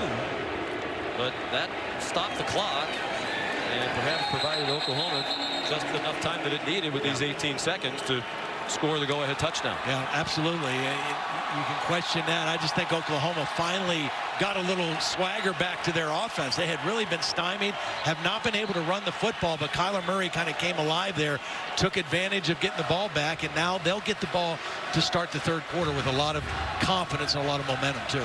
How about words that haven't been said a lot this year? How about this Oklahoma defense? Critical stops. That's a term I learned in the last 3 weeks covering Big 12. Critical stops in critical situations. Now, without a timeout, Trey Watson straight ahead. Texas got the opening kickoff, marched down and scored, led throughout almost the entire first half, but it's Oklahoma that takes the lead to the locker room and will receive the second half kickoff. Stay tuned as part of the halftime festivities. The Dr. Pepper tuition giveaway. 2 contestants have a chance to win $100,000 in tuition. A Capital One halftime report after these messages. Welcome back to Dr. Pepper Championship Week. It's Oklahoma, Texas for the Big 12 title. Ellinger not reluctant to run, and he takes it into the end zone. Touchdown, Texas. Ellinger looks to the left, takes it up the middle, and in for another touchdown. Murray looking to the end zone, and it is caught. CeeDee Lamb with the Oklahoma touchdown. They bring pressure up the middle, and it's Calcaterra with the Oklahoma touchdown and the lead. You're watching the Dr. Pepper Big 12 Championship on ABC, presented by Jared. It's a part of Dr. Pepper Championship Week. Texas scored less than 3.5 minutes in, led throughout almost the entire half. Oklahoma scoring in the final seconds of the first half to take its first lead of this Dr. Pepper Big 12 Championship game. And Oklahoma will receive the second half kickoff.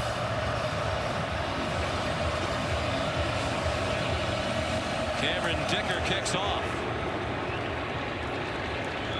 And it's a touchback. Welcome back to Arlington, Texas. Sean McDonough with Todd Blackledge, rejoined in a moment by Holly Rowe. We talked about it was a struggling start for this Oklahoma offense, but you look at the numbers, they're over 250 yards for the half, on their way to 500 perhaps again, as they've been in every conference game this year. Texas did such a great job for most of that first half, particularly stopping the run, and finally Lincoln Riley said, you know what, we got to throw the football. They're doing a great job on a run. Let's put the ball in the hands of Kyler Murray, and that really started to loosen things up in that late part of the first half. Kyler Murray throws short. CeeDee Lamb across the field, and they'll mark him out of bounds with a first down at the 40-yard line. They love that play. It's kind of a wide receiver screen under the guise of a crossing route. As long as that receiver gets back behind the line of scrimmage, guys can block downfield. They ran it earlier with Marquise Brown in the first half. That time they did it with C.D. Lamb. Trey Sermon gets 2. A moment ago, Holly spoke with Lincoln Riley. Well, Coach Riley, that is the first time in 25 games you haven't scored in the first quarter. What kind of changed in the second that you started to get more of a rhythm offensively? We just made some competitive plays. We had plenty of opportunities. We moved it good the first half. We just didn't do a good job, finishing in the red zone. We did that there in the second quarter. How does scoring go into the locker room at the half really give you guys some juice? I saw offensive linemen leaping in the air. Yeah, a lot of momentum. To be able to flip that there, get a stop, come down, score, get the ball here to start the second half is huge.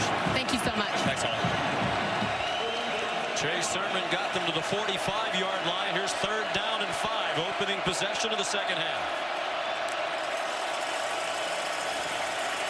Murray sidesteps the rush over the middle and on target. First down to the Texas 42-yard line. Miles Tees. Well, how Murray eludes this. This is a direct path to the quarterback by Gary Johnson. And he just can't get him. Nice job by Kyler Murray using his feet. Deep throw, single coverage, flag down. Miles Tees and Brandon Jones there. And now fans throwing debris onto the field from the stands. That's dangerous. Beer can flying out of the lower seats in that end zone where the flag was thrown. Defense, number 19. That's a 15-yard penalty from the previous spot. Automatic first down.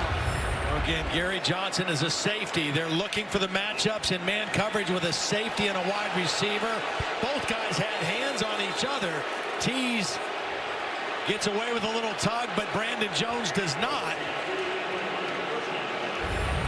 I don't know. We've seen a couple games the last couple weeks where they've let a lot of that stuff go. The Big 12 needs to figure out how it wants to call pass interference, what they want to allow downfield and not. Because we saw some games a couple weeks ago where they basically let them mug each other without flags. Trey Sermon down to the 20-yard line. But the result is Texas now 9 penalties for 93 yards. That's a huge swing for Oklahoma in this game. Only 2 called against Oklahoma for 15 yards. Murray keeps it. First down inside the 15-yard line. The 20 points for Oklahoma in the first half. Their second lowest total of the season. Texas held them to 17 points in the Cotton Bowl in the regular season meeting.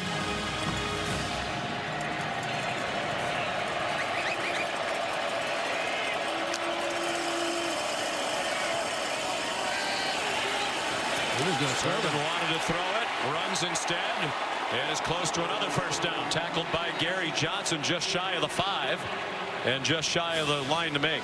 He was looking for Lee Morris in the end zone, and a good decision by Trey Sermon not to throw the football.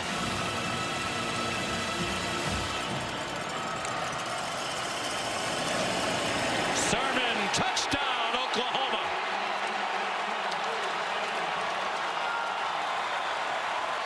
We talked about this offensive line, and it's led by a redshirt freshman center, Creed Humphrey. Watch him open this thing up for Trey Sermon. Takes his man completely out of the play. Nice block by Ben Powers, the left guard as well. And Oklahoma right away gets back on the scoreboard. You just cannot stop this offense. You can contain it, you can control it. Texas did that for the first quarter, but now Oklahoma getting it revved up. Kyler Murray started slowly. He was 4 of 8, and he is picked up now. He's completed 11 straight passes. Started 4 out of 9, 11 for 11 since, and 2 touchdowns.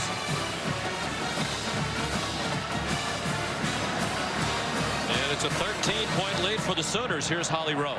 Well, guys, you saw that nice hole opened up by the redshirt freshman center of Oklahoma, Creed Humphrey. He has gotten so good so fast, and one of the reasons he's been wrestling since he was 4 years old.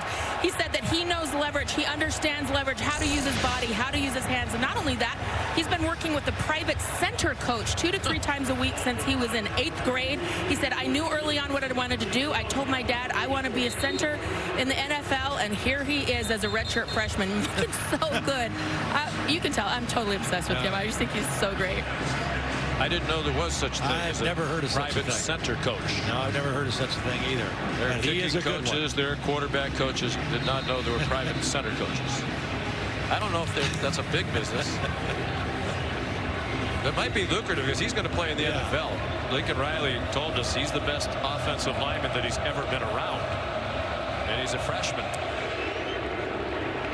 Austin Seibert, another majestic kick. And it gives us time to take a look at our Pacific Life game summary. Good start for Texas, in particular for Sam Ehlinger. He said, I'm not worried about my right shoulder. I'm going to run. And he did. Yeah, he did. He ran hard. He played well. Texas really had Oklahoma's defense on their heels in the first quarter.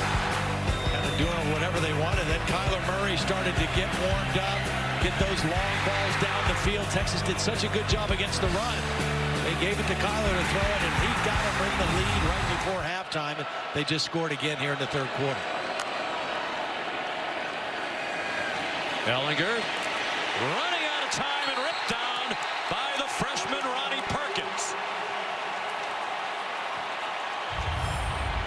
Well, Perkins is right here. He's going to come on an inside stunt. Ehlinger has plenty of time early on to make a throw, but he's just not able to find anybody downfield. And at the last minute, Perkins is there for the sack. Oklahoma's defense, much maligned this year, but they have made some big plays in this game so far today. And maligned with a reason. They're 100th in the country in scoring defense, 111th out of 130 in total defense. Ehlinger on target. Colin Johnson running after the catch out to the 44-yard line. Oh, this is a beautiful route and a throw by Sam Ehlinger at the top of the screen. Colin Johnson attacks outside leverage by Motley, the corner. And a nice throw on time. They got to get little Jordan Humphrey back involved in the game, though. Deontay Ingram out toward midfield, a couple of yards short. Kenneth Murray, Neville Gallimore combining on the stop for Oklahoma. Humphrey only had 3 catches for 22 yards in the first half, and he had a monster game against the Sooners in October. They've got to find a way to get him on track here in this Longhorn offense. Targeted him 4 times. He had 9 catches in the regular season win over Oklahoma. Deontay Ingram, first down across midfield to the Sooners' 45-yard line. Well, Humphrey did a nice job blocking on that play. That was a designed screen. You had 2 wide receivers out there blocking. He did a nice job on a linebacker, Caleb Kelly, to spring that play for a first down.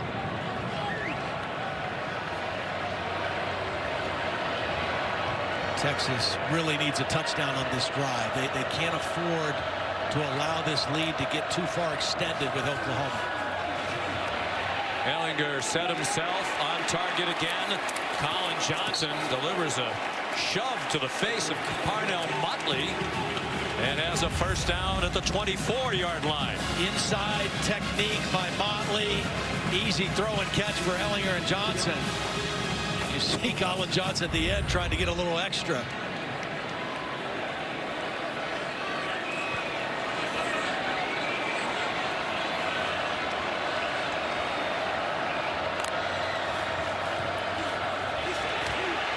Ehlinger was running out of time.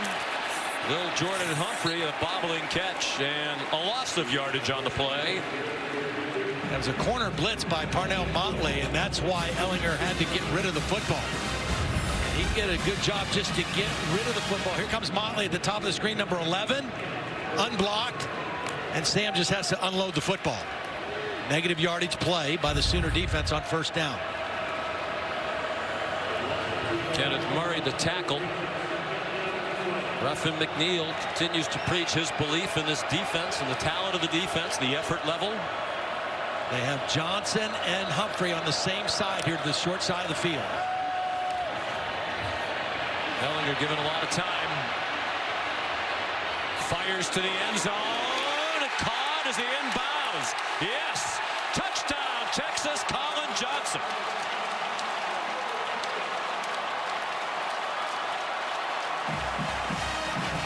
What terrific protection. Again, Trey Brown, 5'10". Colin Johnson, 6'4". Throw it up and let the big guy go make a play. 1 foot down. Good, clean catch.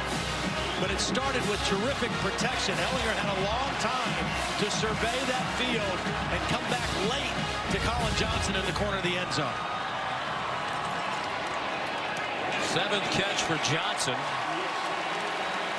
5 of them have been for 20 or more. That one was good for a 27-yard touchdown. 7 catches, 169 yards receiving, and a touchdown for Colin Johnson, junior out of San Jose, California.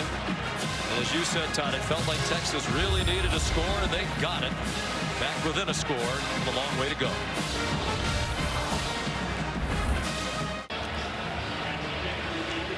We hope you'll donate during the week. Sean McDonough, Todd Blackledge, and Holly Rowe inside AT&T Stadium, the home of the Dallas Cowboys. Dr. Pepper Big 12 championship game. Oklahoma by 6. Texas after the touchdown kicks off. And Trey Brown takes the knee. Here's Holly. Well, why is it important to donate to Jimmy V and to the V Foundation? Here's one reason why. Turner Cockrell, who played football at Vanderbilt, 21-year-old young man, died this week from melanoma. It is a tragic event. This is a highly preventable disease, and research could help these young people in treatment. We're seeing more and more young people with cancer. So I personally would like to send our wishes and well wishes to his mother, Noelle. It's been a very difficult week for that family, but we don't need to lose any more young people. So please donate to ESPN and the V Foundation in the fight against cancer. Visit v.org/donate. Thank you, Holly. We certainly echo your words. Kyler Murray is sacked for a 2-yard loss, and we're delighted to hear Holly's news during the week that just 3 months after finishing chemotherapy in her own cancer battle, scans this week, and all of them clean. Yep. Great news. That is awesome news, Holly.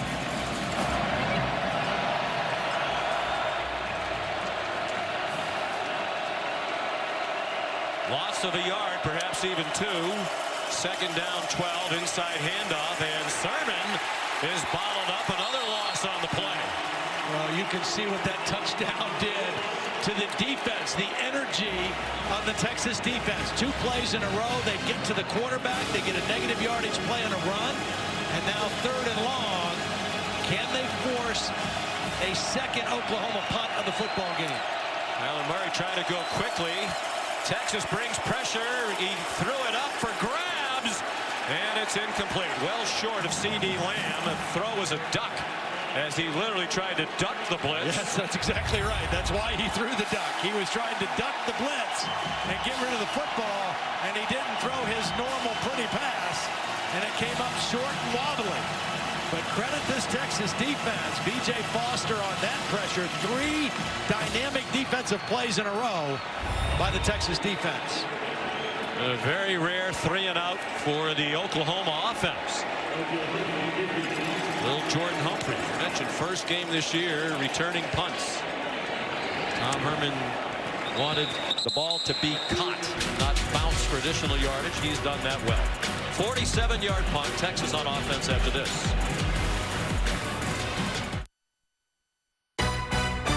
The 2018 Dr. Pepper Big 12 Football Championship, presented by Jared on ABC, is brought to you by Ice Cold Dr. Pepper, the official drink of Fansville, Mercedes-Benz, the best or nothing, and the unexpected energy of ExxonMobil. Energy lives here. Exciting start to championship Saturday. We're midway through the 3rd quarter. Oklahoma leading Texas by 6. Championship Saturday continues at 3:30 Eastern. Memphis and number 8 UCF for the American title. And then at 8 o'clock tonight, number 2 Clemson takes on Pittsburgh, the Atlantic Coast Conference Championship. Clemson looking to cement its spot in the college football playoff with a win in that one. Both games are right here on ABC, and the championship action available on the ESPN app. Texas scored on its last possession to get within 6. The defense a 3-and-out. Now Sam Ellinger again. retreating and in trouble. At this point, just wanting to get rid of it, and an incomplete pass for Andrew Beck. Pressure by Ronnie Perkins. One thing that we should bring up in the meeting in October, one of the real turning points, Oklahoma had 3 turnovers and Texas had none. It was a big difference in the game. No turnovers so far in this football game. Could be very critical down the stretch. Trey Watson runs for 9. Curtis Bolton stopped him just shy of the first down.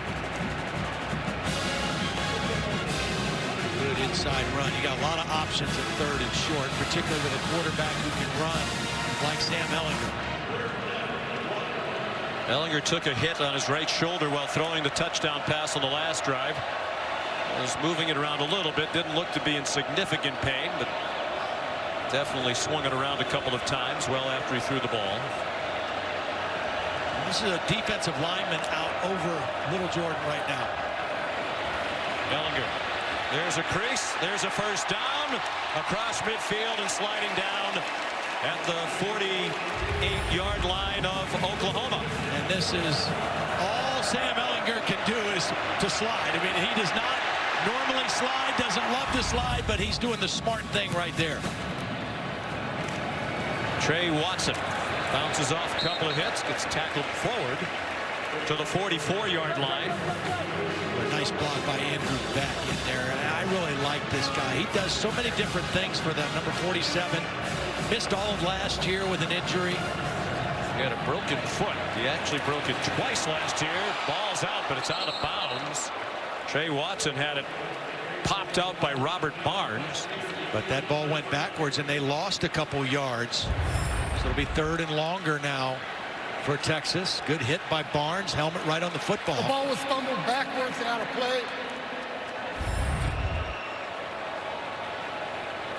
Unlike when they play in the Cotton Bowl, we see a lot of Oklahoma fans next to the Texas fans. Usually it's the Crimson and Cream from the 50-yard line around one end zone to the other 50, and the burnt orange in the other direction. But here they're intermingled.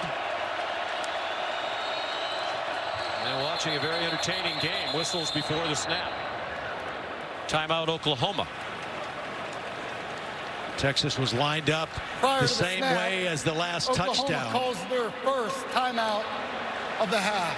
And little Jordan Humphrey and Colin Johnson on the same side, the short side of the field. Ruff and McNeil wanted to take another look at it.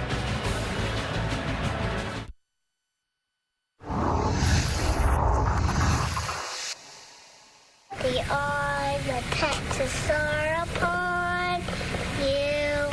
All the days are away.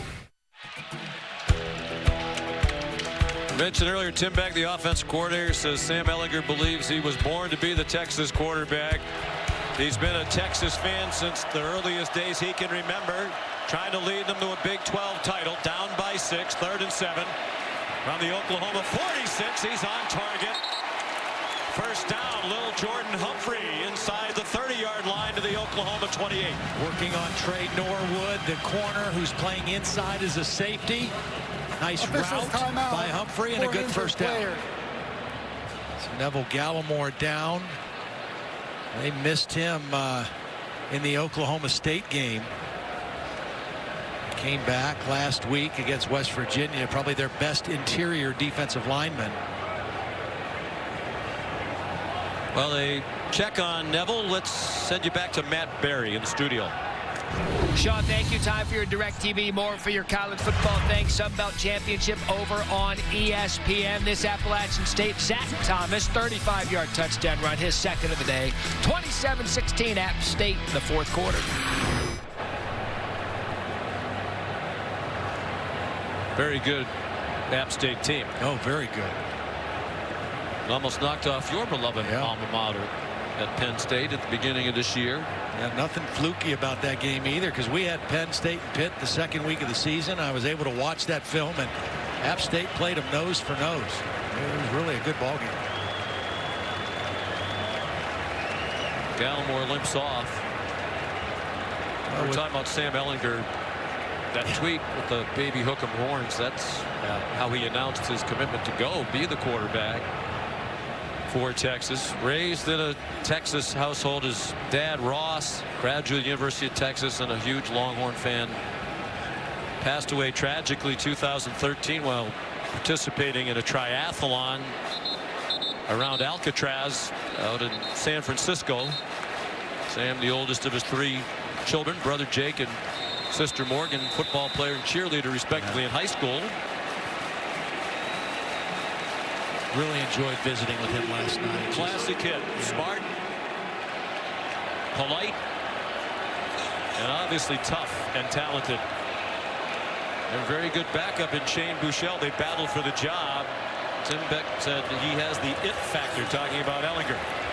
He's throwing to the end zone and for the lead. Flag down. They might have been holding Lil Jordan Humphrey. Robert Barnes intercepted it. But pass interference against Oklahoma will be the call. Pass interference. Defense number 13. That's a 15-yard penalty. Automatic first down. Sean, they got the penalty, but I want you to watch this. Duvernay is going to run in the middle of the field wide open. He's looking to little Jordan Humphrey out here. He gets the penalty, but if he sees Duvernay in the middle, it's a touchdown for Texas. Nobody around him. They get the penalty, and they're in scoring position, but he would have had a touchdown in one play. But clearly a penalty on Trey Norwood. And they've gone now 2 plays in a row to little Jordan Humphrey. Third penalty against Oklahoma. Texas has been penalized 9 times. Texas led throughout almost the entire first half, trying to reclaim the lead with a touchdown as we approach 5 minutes to go in the third quarter. And movement along the right end of the Texas offensive line. Yeah, just so long to be in your stance up there if you're an offensive lineman. Texas trying to do a lot at the line of scrimmage. False start. Offense number 52. That's a 5-yard penalty. It's first down.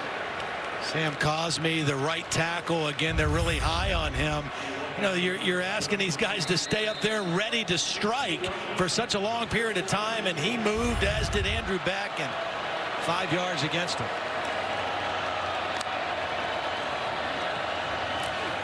Run fake.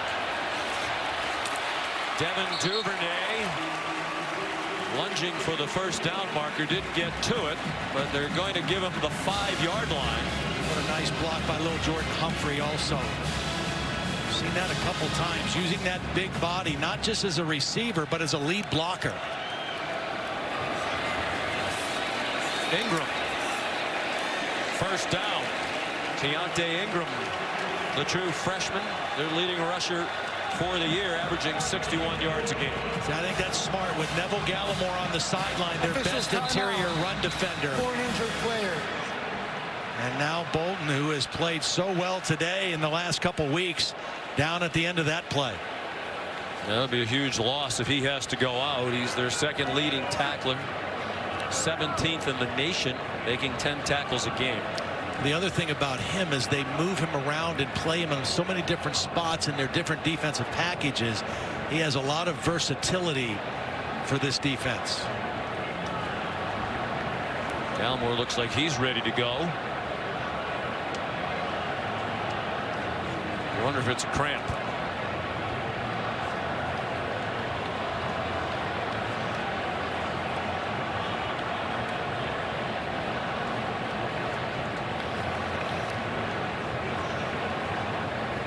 Still tending to Curtis Bolton, third leading tackler, as you saw in the graphic in the conference. Joe Dineen of Kansas, a player who should be saluted. Wasn't a great year for the Jayhawks. They'll have Les Miles as their coach next year, but he's a terrific football player. Yeah, absolutely. Led the Big 12 in tackles. And Kenneth Murray, Bolton's teammate, number 2 in the Big 12 in tackles. Murray trying to stay loose.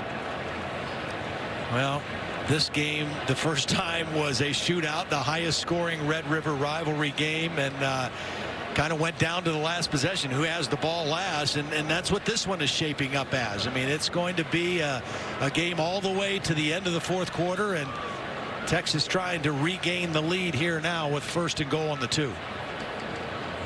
Let's check in with Holly. Well, guys, I'll obviously give you an update on Curtis Bolton, who's up walking off the field right now, but a huge injury for Texas. Right before the half, we saw their fantastic freshman safety, Caden Stearns, limped to the locker room. He is now ruled out for this ball game. It looked to me like it was a right knee injury. He will not return, and that is huge for this Longhorn defense. He was the Big 12 Defensive Newcomer of the Year, one of the best players in the league, even though he's just a freshman. Yeah, they just got their other safety, Brandon Jones, back, and now they lose Caden Stearns. Looked like a cramp for Bolton. Actually seized up a bit on his walk-off. First and goal, Texas. Got their big back, Daniel Young, in now with Ellinger. Wouldn't shock anybody if Ellinger ran it himself. They moved. There was movement. Again, Elijah Rodriguez, the right guard. You got to hold your water. I mean, you're killing yourself with these kind of motion penalties. First and goal on the 2, you're going to run the football. Now you back it up. Start. Offense, number 72. That's a 5-yard penalty. It's first down. Just a lack of concentration by Elijah Rodriguez. You have this Oklahoma defense kind of right where you want them. You've got a quarterback who's a great runner inside the 5-yard line, and now you put yourself a little bit farther away from that goal line. And Ingram in instead of Daniel Young now. First and goal, just outside the 6. Ellinger looked like he had some running room, but he stumbled as he got away from the traffic. They'll mark it on the 5-yard line. Second and goal, and under 4 minutes to go in the third quarter in this Dr. Pepper Big 12 championship game. Again, you've got big receivers. If you want to throw on second down, you've got Lil Jordan Humphrey and Colin Johnson both to the top of the screen. This is the formation that they have run with the quarterback to the right in previous games against Oklahoma.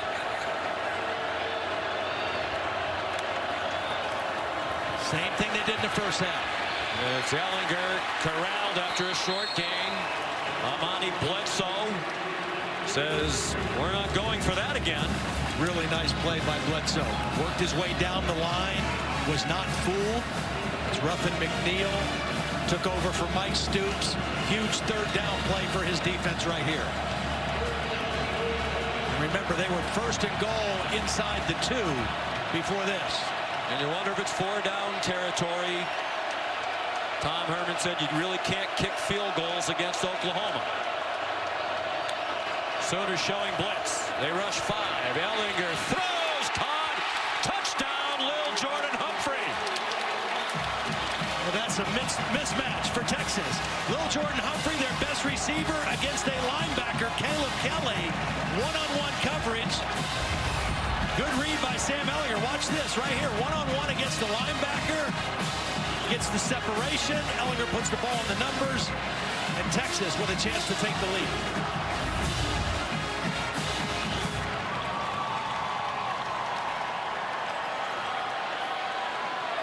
And it's the true freshman out of Austin, Lake Travis High School, Cameron Dicker. One of the heroes of the regular season win against Oklahoma. Kicked the game-winning field goal. And that one is off the uprights. Looked like it was deflected, and now it's Robert Barnes, but the play's dead. It hit the crossbar. The ball is dead by appeared. rule when it hits the crossbar. The extra point is no good. And it's the first one missed by Dicker this year.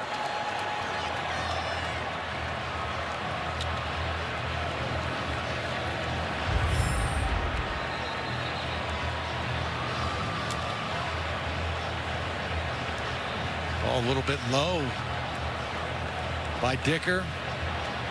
Amani Bledsoe. Yeah, Bledsoe. Yep, he's the one who got it. And got enough of it that it did not creep over. Dicker had been 49 for 49 in PATs in this his freshman season. That is an enormous play, and it's a tie game with 2:44 to go in the third.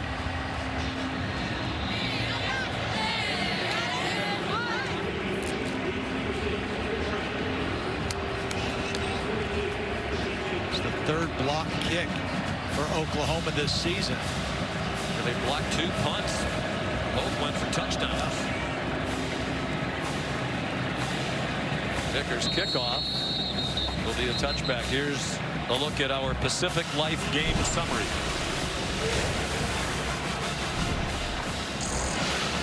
A quarterback comparison. Kyler Murray with a slow start, 4 for 9, really came on strong after that. Sam Ehlinger is kind of doing what he did the last time, kind of playing play for play, matching big play for big play with Kyler Murray as a runner and a passer, and a tie ball game, which makes it a lot of fun here late in the third quarter. Murray averages 306 yards passing, 71 rushing per game. He sets and throws, and it's through the hands of Marquise Brown, a little bit too far in front of Hollywood. Yeah, you don't see Kyler Murray miss many throws like that. He didn't have any pressure, just a little bit overthrown to the outside. Marquise Brown working on the safety. They've really worked that matchup against Brandon Jones. Kyler's parents, Kevin and Missy. Kevin, a fine quarterback at Texas A&M, who now tutors young quarterbacks. Kyler told us, my dad taught me how to play. One of the things he taught him is how to be patient in the pocket. Ran out of time and patience there, wisely so. Weaving along the sideline, a first down. Out near the 40-yard line. Well, and this play shows you how dangerous he is. Now, you're going to see Jeffrey McCulloch, number 23, in position to make a tackle. But as soon as he takes one false step, the quick feet of Kyler Murray gets to the outside and turns it into a positive play. Has the ability to make you miss with quickness and then run by you with great speed. The only player in the history of FBS football go through a regular season, average 300 yards per game passing and 60 yards or more per game rushing. Kennedy Brooks to the 49, and in many years, Todd, he's a shoo-in, Kyler Murray, to win the Heisman Trophy, but not in this year when Tua Tagovailoa has been historically great. Dwayne Haskins has already set the Big Ten single-season record for touchdown passes, breaking a mark held by Drew Brees. And they all three are playing in huge games tonight on a national stage. I just think it's awesome for that reason for the Heisman race. Final minute and a half of the third quarter, tied at 27. Huge missed extra point by Texas a moment ago. Marquise Brown got just enough for the first down to the Texas 49.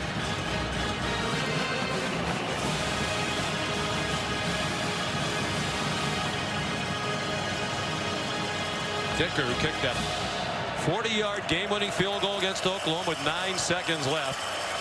Had a great freshman year, but that was a big miss on the block by Bledsoe. Murray scrambles for about 8 more.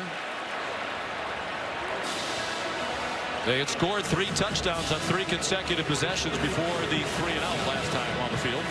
And you hate to give up a gain of 7 or 8, but you'll take that with Kyler Murray because, like Todd Orlando said to us, he can run 60 yards just as fast as he can throw a pass 60 yards. So if you hold him to 8 yards or 7 yards, that's kind of a win for your defense. I'm not sure that's literally true, but it has to be close. You'd almost like to see him. He could outrace a ball that was 60 yards in the air the way he throws it. Marquise Brown. How about that footwork? Knocked down from behind inside the 30-yard line. Nice job by Lee Morris, the other receiver out there with the block on Chris Boyd. Oklahoma kind of methodically going down the field here with short passes and runs after the catch. Brown limping slightly as he went to the sideline. They do not have to snap the ball again here in the third quarter, and it appears that the Sooners will not.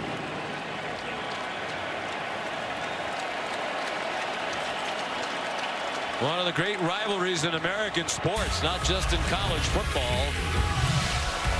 And this one is for the conference championship, the Dr. Pepper Big 12 title game on ABC, presented by Jared. We'll continue after this word and a word from our ABC stations.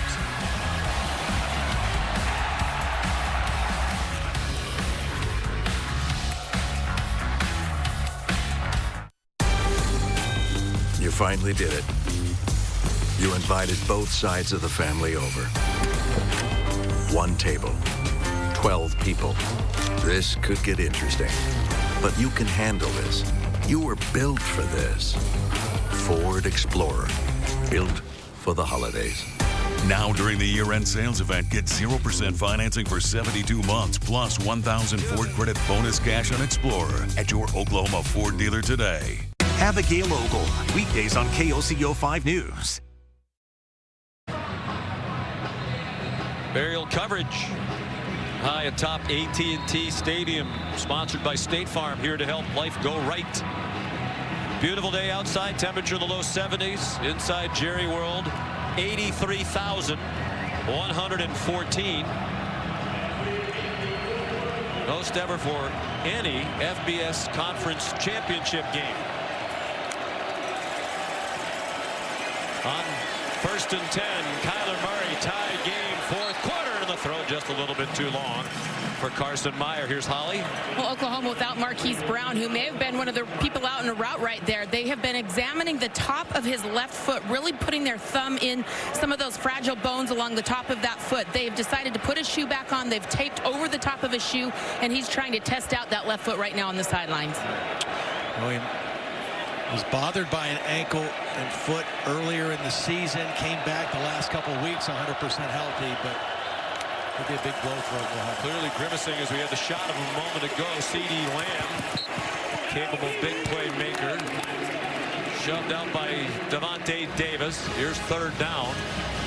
And about 5 for Oklahoma. They are in field goal range to take the lead, and Marquise Brown showing no signs of coming back in the game soon. Well, he's such a start and stop, make you miss kind of guy that any kind of lower leg or foot injury like that could be really debilitating for a guy with his skill set. Injured his ankle against TCU October 20th. The next 3 games averaged just 46 yards per game receiving, but the last 3 he's averaged 150 yards receiving per game as the ankle got better. They need to reset the 25-second clock. Now, are they going to charge a timeout to Oklahoma? So here's what I don't understand. The 25-second clock Oklahoma was going down. Calls their first timeout of the half. 30 seconds. Correction, that is their second timeout of the half. Bill, here's a question I have for you. So in that particular case, Texas was making a late substitution because they were allowed to. Obviously, Oklahoma substituted somebody. So the referees were standing over the ball. It was a very late substitution, and the play clock went all the way down to 2. By rule, the offense is responsible for that play clock if they substitute. They can be in jeopardy of a delayed game. However, you and I talked earlier in the season, we're starting to see more. They didn't really hustle to get on and off the field for the defense. You're seeing defenses starting as a strategy to draw that thing out. Yeah. Well, that strategy draws a timeout out of Oklahoma here at the beginning of the fourth quarter. Remember, they used all 3 of their timeouts in the first quarter. Marquise Brown now distraught. Here's the reality is he will not be coming back into this game. That's a shame. What a shame, indeed. One of the best receivers in the country. Looking like he'll watch the rest of this conference title game. 3rd down and 5. Play clock down to 1 again. They blitz and didn't get close, and it's a first down. It's Charleston Rambo who's in because Brown is not. Just his 5th catch of the season for the redshirt freshman out of Cedar Hill, Texas. Kind of a double crossing route inside. Rambo did a nice job of getting separation from Chris Boyd, and Murray found him with the football.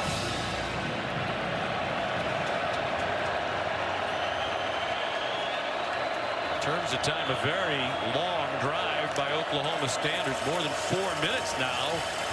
Working their way up the field, nothing doing there for Kennedy Brooks. Chopped down by Chris Nelson. Veteran in the middle of that defensive line. His 28th career start for a senior from Lakeland, Florida. Chris Nelson did a nice job of beating the freshman center, Creed Humphrey, on that play. Stout guy in the middle of that Texas defense. Personal center coach will help Creed work on that in the days ahead. We'll have that one filmed up, boy. Blitz again. Murray danced ahead to the 15, perhaps even the 14-yard line. Nelson in on the play again with Anthony Wheeler. Officials timeout for an injured player. Defense. Malcolm Roach junior, who fractured his foot early in the year. They thought he'd be out the entire season, but he worked very hard, rehab his way back in. We'll check on Malcolm after a timeout.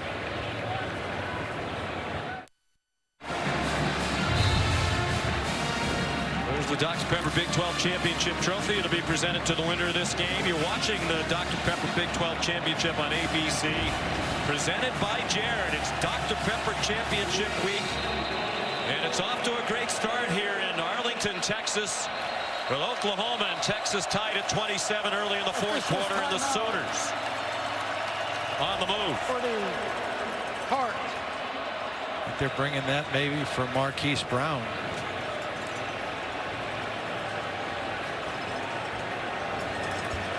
The guy that Texas needs to step up here in what could be one of the biggest third down plays of the ball game. Charles Omenihu, the defensive lineman of the year in the Big 12 Conference, been pretty quiet so far today against this outstanding offensive line. Another blitz from Texas, and Murray's pass behind C.D. Lamb with Devontae Davis in single coverage. Fourth down, and the field goal team comes on for Oklahoma. Chris Nelson, number 97, did a nice job. He wasn't going to get to the quarterback, but he jumped and raised his hand, and that little bit got in the vision of Kyler Murray, and the pass was thrown behind his intended receiver. Seibert, one of the great kickers in the country. For the lead from 31 off the left upright and through. We've seen one hit the crossbar, and we've seen something hit the upright. Seibert knocks it through.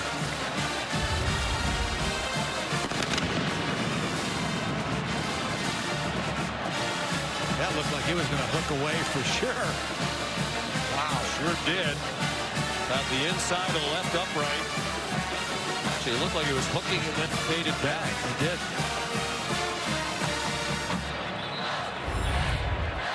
So Austin Seibert gives Oklahoma a 3-point lead, 12:37 to go. He's moved past Auburn's Daniel Carlson as they take Marquise Brown to the locker room. He's moved past Daniel Carlson as Seibert for second in the history of FBS in scoring among kickers. And only Zane Gonzalez of Arizona State, who graduated in 2016, has more career points, 494 for Gonzalez. Seibert has a chance at that one before he's done. I think this is one of the best things this guy does. The percentage that he kicks it out of the end zone is outstanding. Here's Matt Berry back in the studio. Yeah, Sean, keeping an eye on the Conference USA Championship game. Great story developing. UAB, just their second year back in competition after suspending the football program back in 2014. They're up 24-13 in their championship game just before the half. That is an amazing story. Yeah, good job Bill Clark has done, the coach there. Texas has struggled in fourth quarters this year. They've been outscored by 67 points. Of course, some of that was in the meeting of the Cotton Bowl when Oklahoma rallied from 21 down to tie it in the fourth quarter with 3 late touchdowns. The Horns won on a last-second field goal. Sam Ehlinger out of time, threw it away. Late flag right in the middle of the field. I think it might be an illegal man downfield for Texas. The center, Kyle Shackelford, looked like he had worked his way too far down the field. See what they call. There is no foul for an eligible downfield on the pass. The quarterback was legally grounding the ball. It's second down. Okay.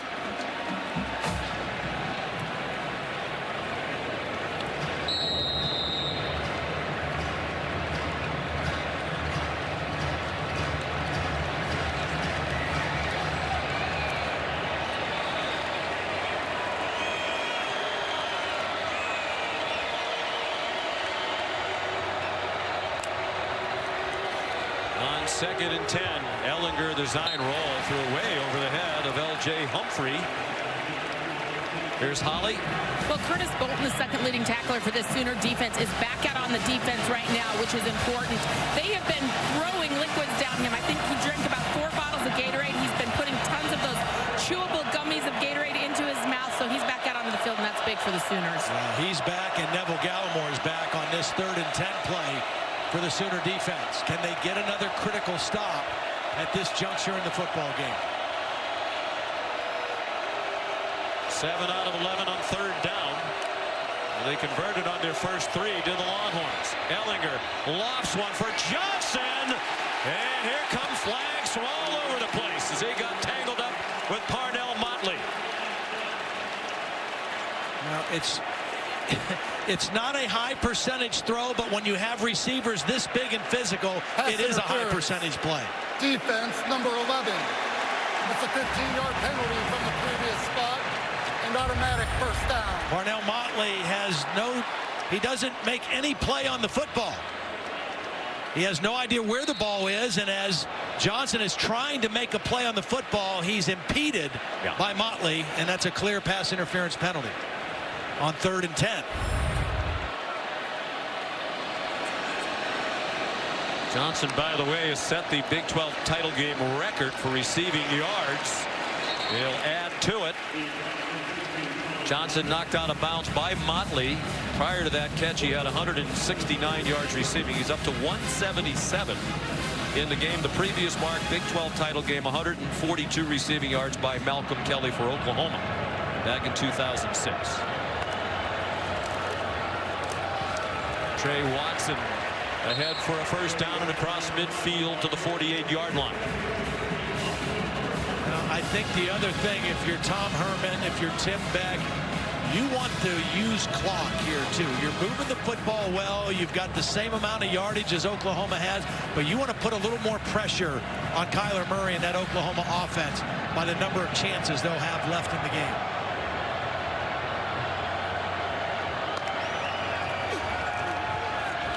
Look out, Ellinger about to get hit as he throws. Johnson flailing around, won't get a flag thrown this time. Good pressure by Kenneth Mann on Sam Ellinger. Yeah, he got a good hit on Sam Ellinger too as he released the football.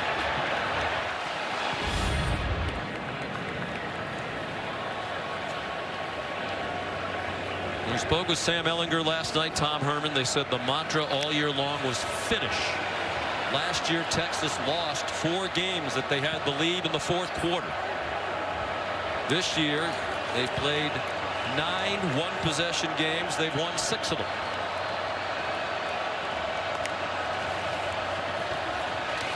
Trey Watson. Tom Herman told us throughout the offseason, with about 15 minutes to go, even if it was just a weightlifting session for the team, they'd stop, they'd bring everybody together, they'd hold up 4 fingers as if, okay, you're heading to the 4th quarter of this workout, let's finish. Well, they're going to have that opportunity here. That was a beautiful play on 2nd down by Neville Gallimore to stop that run and for little if no gain. And 3rd down and long again. They converted on 3rd and 10 with the penalty a moment ago. 2 big receivers down to the bottom together. Pressure. It's blocked. Ellinger throws. And the fans want a flag on Trey Norwood, who was wrapped around little Jordan Humphrey. There is no call. Humphrey's in the slot, working on Norwood. He's going to run the out route. He got his jersey pulled. I don't know what is pass interference and what is not, because that looked like a lot of pulling and grabbing and fighting through the receiver on a 3rd down play. I think that's the flag's clearly going to come pass out. interference. He's wrapping Humphrey up with the ball still on the way. Ryan Buchevsky on the punt.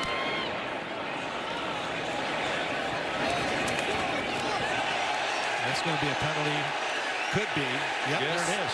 Fair catch signal made by C.D. Lamb, and Josh Thompson hit him.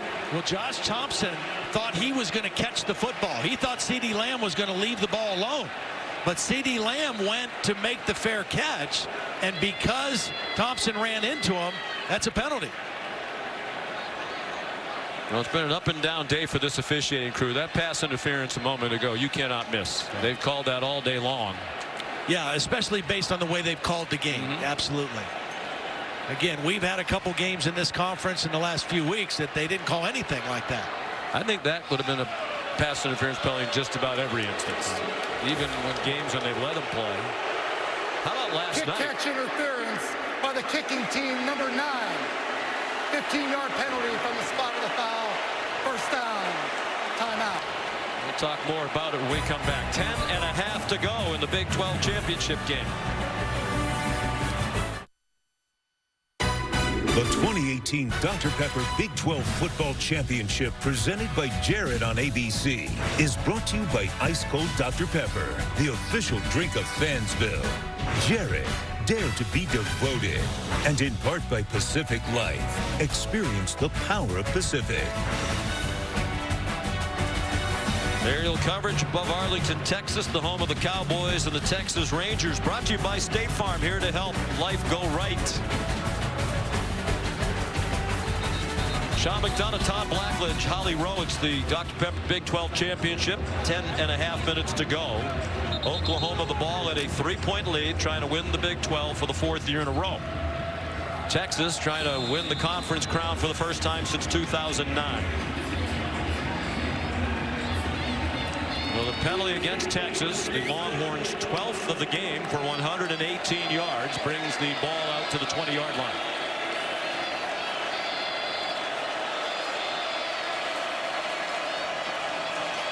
Kennedy Brooks, the running back. Longhorns showing blitz and trying to bring 5. Well blocked, and Kennedy Brooks chopped down. P.J. Locke, the senior out of Beaumont, Texas. Stalwart for this Longhorn team, his 40th career start. Very physical, plays that nickelback position. One of the most physical guys on this team. Will graduate in a couple of weeks. 3.5 years. Good throw and catch. Grant Calcaterra. First down, 33-yard line. Kyler Murray on target. And the arm strength. This is from the left hash, throwing it deep out to the right sideline. The guy can make every throw that you'd want a quarterback to make. Very impressive arm. It could be he has just one more football game left. He hopes he has 2 more left in the college football playoff, but it was reiterated earlier this week his intention to go play baseball as a first-round pick of the Oakland A's when this football season is over.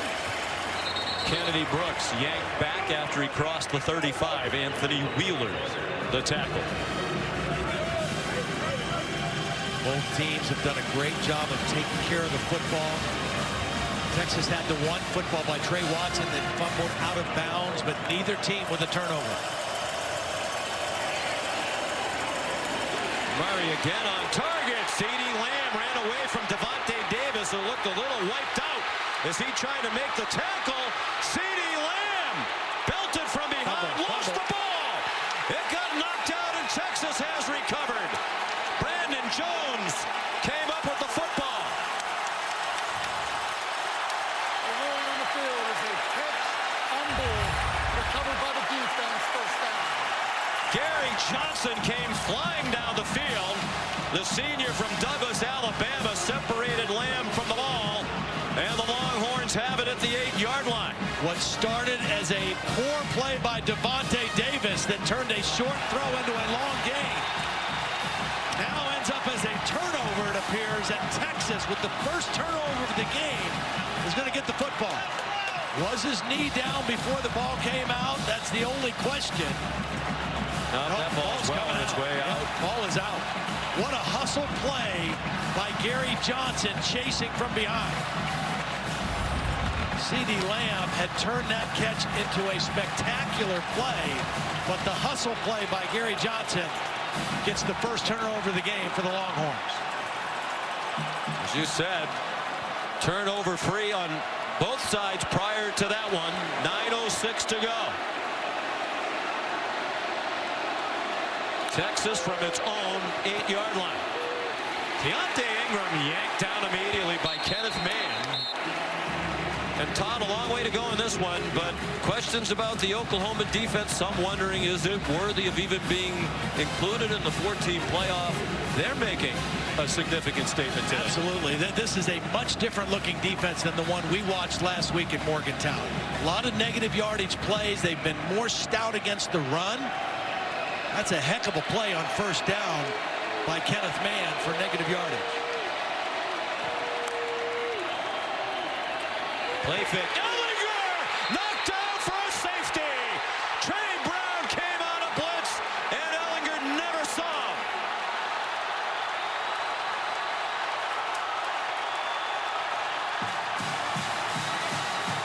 They call this a cat blitz, a corner blitz from the short side of the field. Ellinger has his receivers to the left. He is not anticipating blitz at all. It's going to come right from here, and Sam never sees it, but he feels it when it's too late.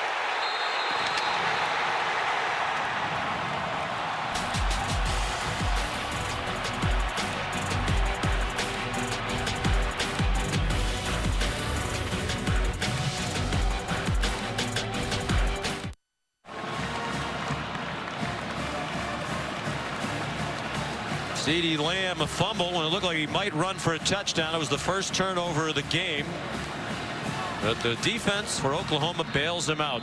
Corner blitz from Trey Brown, and Lamb relieved. The defense got him off the hook.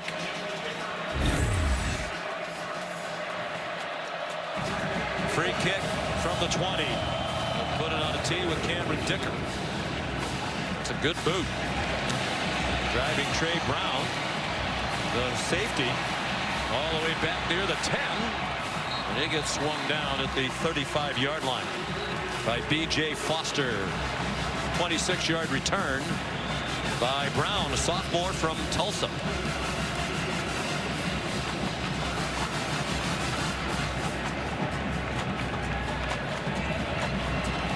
Good field position and a 5-point lead for Oklahoma. Kyler Murray has thrown for 330 and 2 touchdowns. He's rushed for 38. Little off his mark. Yep. The rushing yards off his mark. The pass yards are slightly above average for him. The rushing numbers down. Here's Trey Sermon. Starting to see some tired-looking Texas defenders. Brandon Jones got him down. Beautiful block by the right tackle, Cody Ford, blocking on Brecken Hager. Just opened up a massive hole that time for Trey Sermon. Sermon's not a guy that's going to make you miss very much. He's a pretty physical runner. A lot of green grass in front of him on that play. Clearly healthier than he's been. He's had more carries today for Oklahoma, 13 than anybody else. After just 6 carries total the previous 2 games. They give it to him again. He weaves for a first down. I know they like to go fast, Todd, but if you're Oklahoma, you're a little bit slower in the operation midway through the 4th quarter. Absolutely. I think you can see that. I think you can see that right now. Lincoln Riley's saying, let's be a little bit more methodical. We still want to score. We want to make this a 2-score game, but let's take as much time as we can to make that happen.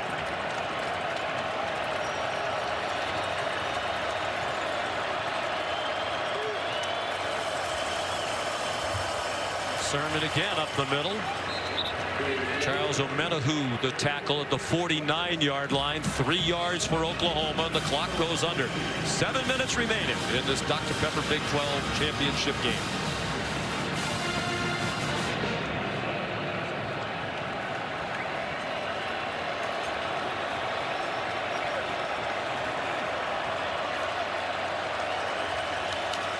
They're letting that play clock go down under 10 seconds each time. Very smart clock management right now by Oklahoma. Particularly smart if they get one more score, field goal, and they get 8. Texas would have to get a touchdown and a 2-point conversion. Obviously, a touchdown makes it a 2-score game, and Texas would be in a heap of trouble. Big 3rd down call here. After the carry by Trey Sermon, Lincoln Riley sends in the 3rd down and 6 play. And you got to be alert for a run by Kyler Murray. Remember, no Marquise Brown anymore. CeeDee Lamb is your primary target up here. And Calcaterra not in the game right now. Play clock at 5. Texas blitzes. Murray gets it off. Open receiver. First down. Lee Morris, the former walk-on, high school teammate of Kyler Murray, just down the road in Allen, Texas. Beautiful read. He sees blitz. He's got single coverage. It's out of his hands. Too quick for any pressure to get to him. one-on-one with the free safety, B.J. Foster, who is in there because of the injury to Caden Stearns. And Oklahoma moves the chains. Beautiful read that time by Kyler Murray on third down. Stearns on crutches on the Longhorn sideline. 17-yard play on 3rd and 6. Sermon trying to get outside. Yanked down by Chris Boyd. Flag down for a horse collar. And there's also a flag in the area where you would think offensive holding as well. So 2 flags on the field. I think they'll be 1 penalty against each team.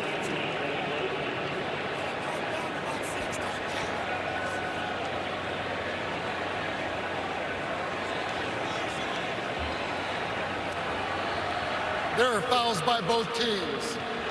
Holding, offense number 72. Personal foul, horse collar tackle. Defense number 2. Those fouls will offset. Replay, first down. This has been a tough game for Chris Boyd in the penalty department. Didn't hear who they called the holding. 72, Ben Powers, and then there's the horse collar at the end by Chris Boyd. So it's 1st and 10 again. The clock moving, under 5 minutes to go. A blitz, and they ran into the side from which the blitz came. Texas didn't wrap up. And the blitzer, B.J. Foster, actually wound up being involved in the tackle at the line of scrimmage on Trey Sermon. I don't think you can play off coverage on these wide receivers. I think you got to get up and press them if you're Texas, because if it's off and you try to pressure Kyler Murray, he's going to get that ball out quick. He may not throw in this second down play, but if you play off on their wide receivers, he can get the ball there in a hurry for completions.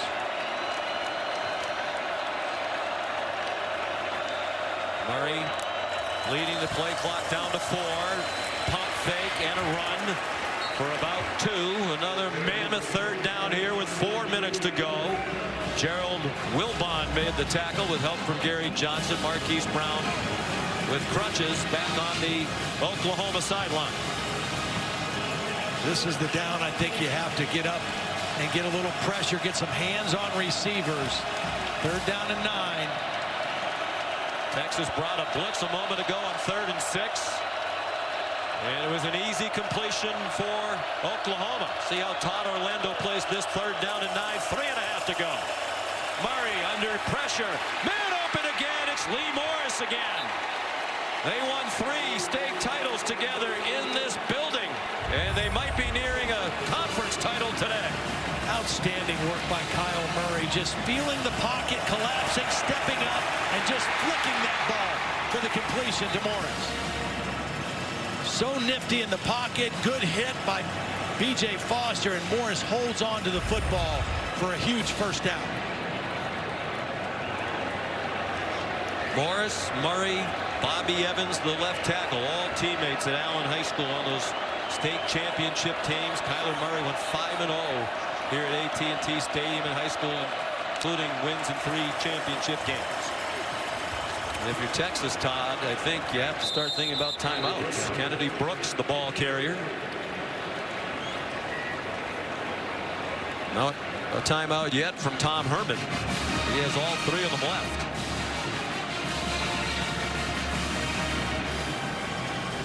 So impressed with Kyler Murray, his work in the pocket. You know, a guy who can run that well, you'd think he'd take off and run all the time, but he moves in the pocket with the idea of throwing the football. He runs when he needs to run, and he runs when it's a designed quarterback run. But he stays in there and moves to throw, and did it beautifully on that 3rd down play. 2nd and 7. Now there might be a timeout. Sermon. There's a timeout. Texas fans hollering toward Tom Herman to use the timeout, and he does with 2:04 to go.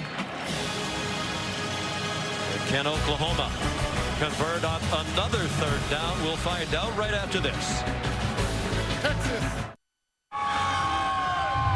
Back at the Dr. Pepper Big 12 Championship.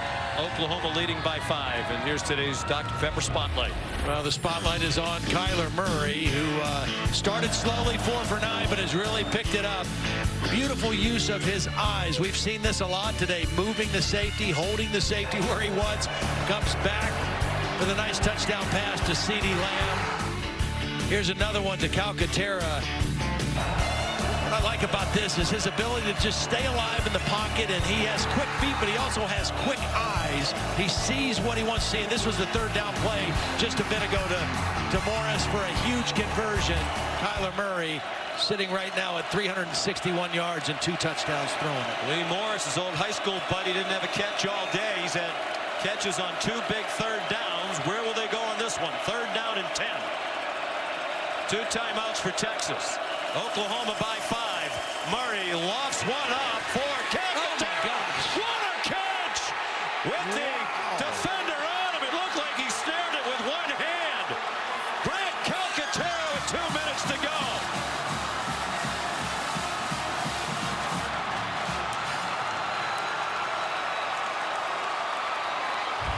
They decided to press on the outside. Touchdown is confirmed. Calcaterra working on B.J. Foster, and it was a one-handed catch from a beautiful throw by Kyler Murray. The touch throw to the outside shoulder, the one-handed catch on 3rd and 10. That is beautiful work. The result of the play is a touchdown. After the play, unsportsmanlike conduct. Offense, number 80. That's his first. That 15-yard foul will be enforced on the ensuing kickoff. Try for point. He spiked the football. What a drive, a championship drive, yes. It seems, for Oklahoma. They held the ball for 6 minutes and 19 seconds, 11 plays, and barring something remarkable in the last 2 minutes, they'll be the Big 12 champions for the 4th year in a row, and quite possibly on their way to the college football playoff. A lot to be determined elsewhere on this championship Saturday. They were 3 for 3 on 3rd down on the drive, including this one. Murray to Calcaterra.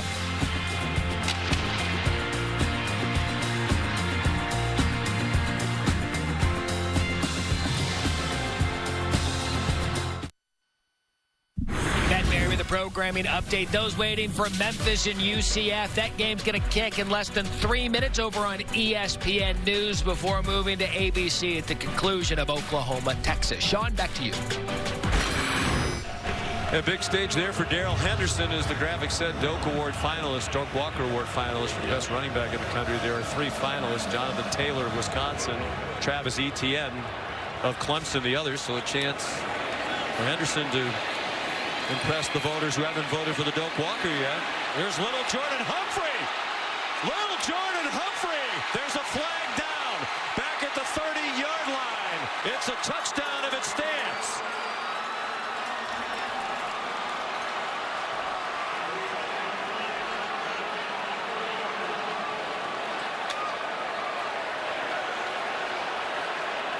During the return, holding receiving team, number 29. 10-yard penalty from the spot of the foul. First down. Josh Thompson called for a crushing penalty for Texas. Oh, right there in the middle of the frame. Number 29. There's the left hand grabbing jersey and maybe even face mask on the return. Little Jordan Humphrey. Touchdown taken off the board, and for Texas, 12 penalties, 118 yards. That'll be the 13th, I believe. 13th, I don't think they've put that on the stats monitor yet. What a crusher. You know, and Oklahoma a little bit lax on their coverage because they're so used to Cyber kicking it out of the end zone. There was nobody even around little Jordan Humphrey.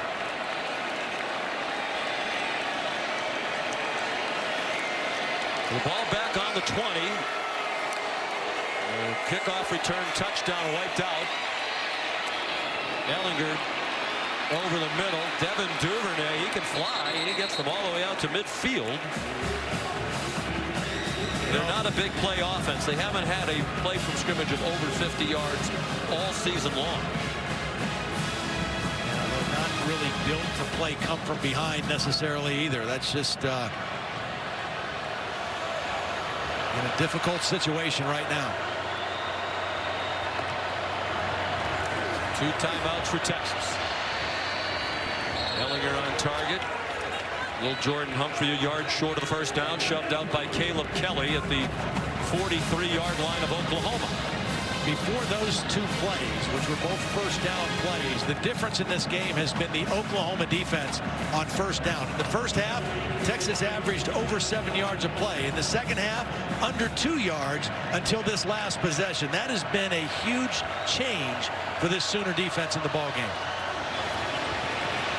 Ellinger had a wall in front of him, circled back to get away, incomplete pass for Johnson. And you think back to last week too, Todd, the game for Oklahoma at West Virginia, one they absolutely had to have. They didn't win that game. They weren't even going to be in this game. Right. And the Oklahoma defense, much criticized, deservedly so for a lot of reasons, scored 2 defensive touchdowns in a 3-point win. Right. And today, the safety, an enormous play for the defense. Absolutely. And they've had plays like that over the last half of the season. Ellinger on 3rd and 1. The first down to the 40.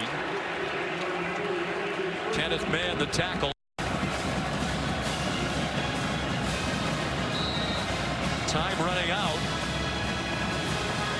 on this Texas Longhorn team. 1:15 to go. Needing 2 scores on target. Jerron Hurd, the former quarterback, with his first catch of the day, just his 12th of the season, senior from Denton, Texas. A nice read by Sam Ellinger. 2 deep safeties. The middle of the field is open, and Hurd was able to exploit that opening. Ellinger to the end zone. Johnson, who's had a record-setting day, couldn't hang on to that one. They've given him a lot of opportunities on plays like that. He's used his big body. I think he's become an even better and more physical receiver in the second half of the season. And he has had an outstanding ball game tonight. For a great family, his dad, Johnny Johnson, was an All-American defensive back at Texas in the late 70s. Played 10 seasons for the Rams. He's in the College Football Hall of Fame. From the 19, they've been in the red zone 3 times previously with 3 touchdowns. And that one is intercepted. A game-sealing play off the ricochet. Trey Norwood wraps up the Big 12 championship for Oklahoma for the 4th year in a row.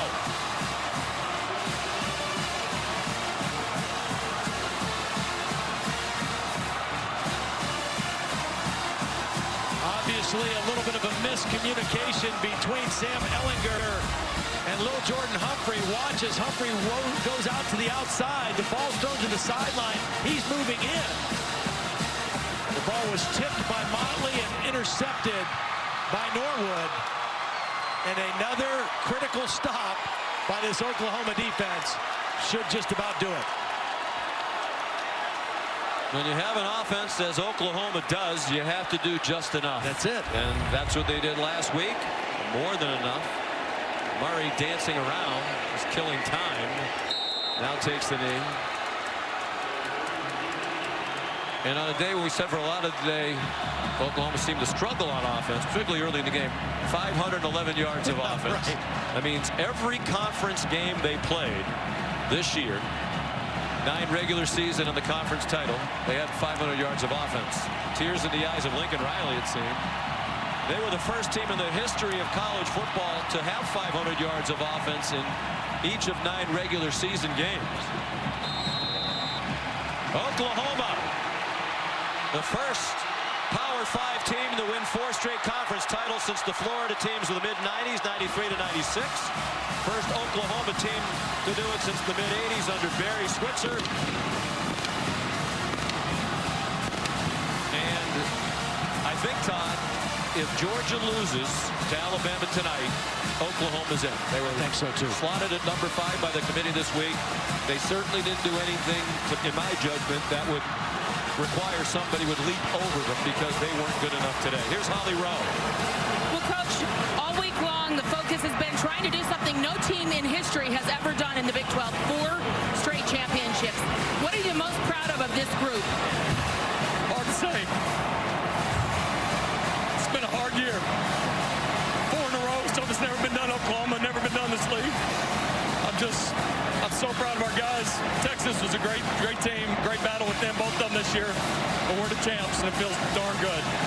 Your quarterback, again, you put the trust in him on 2 crucial third downs, and he finds old high school teammates to make those plays. Why do you trust Kyler Murray like you do? It's what he's done all year. He's had to make big plays in big games. He's had to make plays for us every single week for us to win. And the guy's done it at elite level. He's the best player in the country. I think America saw that right here. Coach, this may not be the right moment, but I'm going to ask you anyway. Why does this team deserve to keep playing college football? Because of what you saw today. It's a 12-win team. A team that's just still getting better and better. Thought our defense played their tails off today. Our best ball's ahead of us. We can't wait for what's next. Thank you. Congratulations. Thank you. Emotional Lincoln Riley, appreciative of what his team accomplished. Player Spotlight is brought to you by Cognizant. And Murray, his coach making the last-ditch pitch for his quarterback for the Heisman. 379 passing. CeeDee Lamb a big day receiving. Murray threw 3 touchdowns. He also ran for 39 yards. And Texas, if Oklahoma does go into the college football playoff, there's a lot to be determined yet. Texas probably in the Sugar Bowl. They will be in the Sugar Bowl to fill the Big 12 spot. So a big game ahead for Texas. Bob Wishoes and Brock Howard are in Orlando for the American coming up right after these messages. So long from Arlington.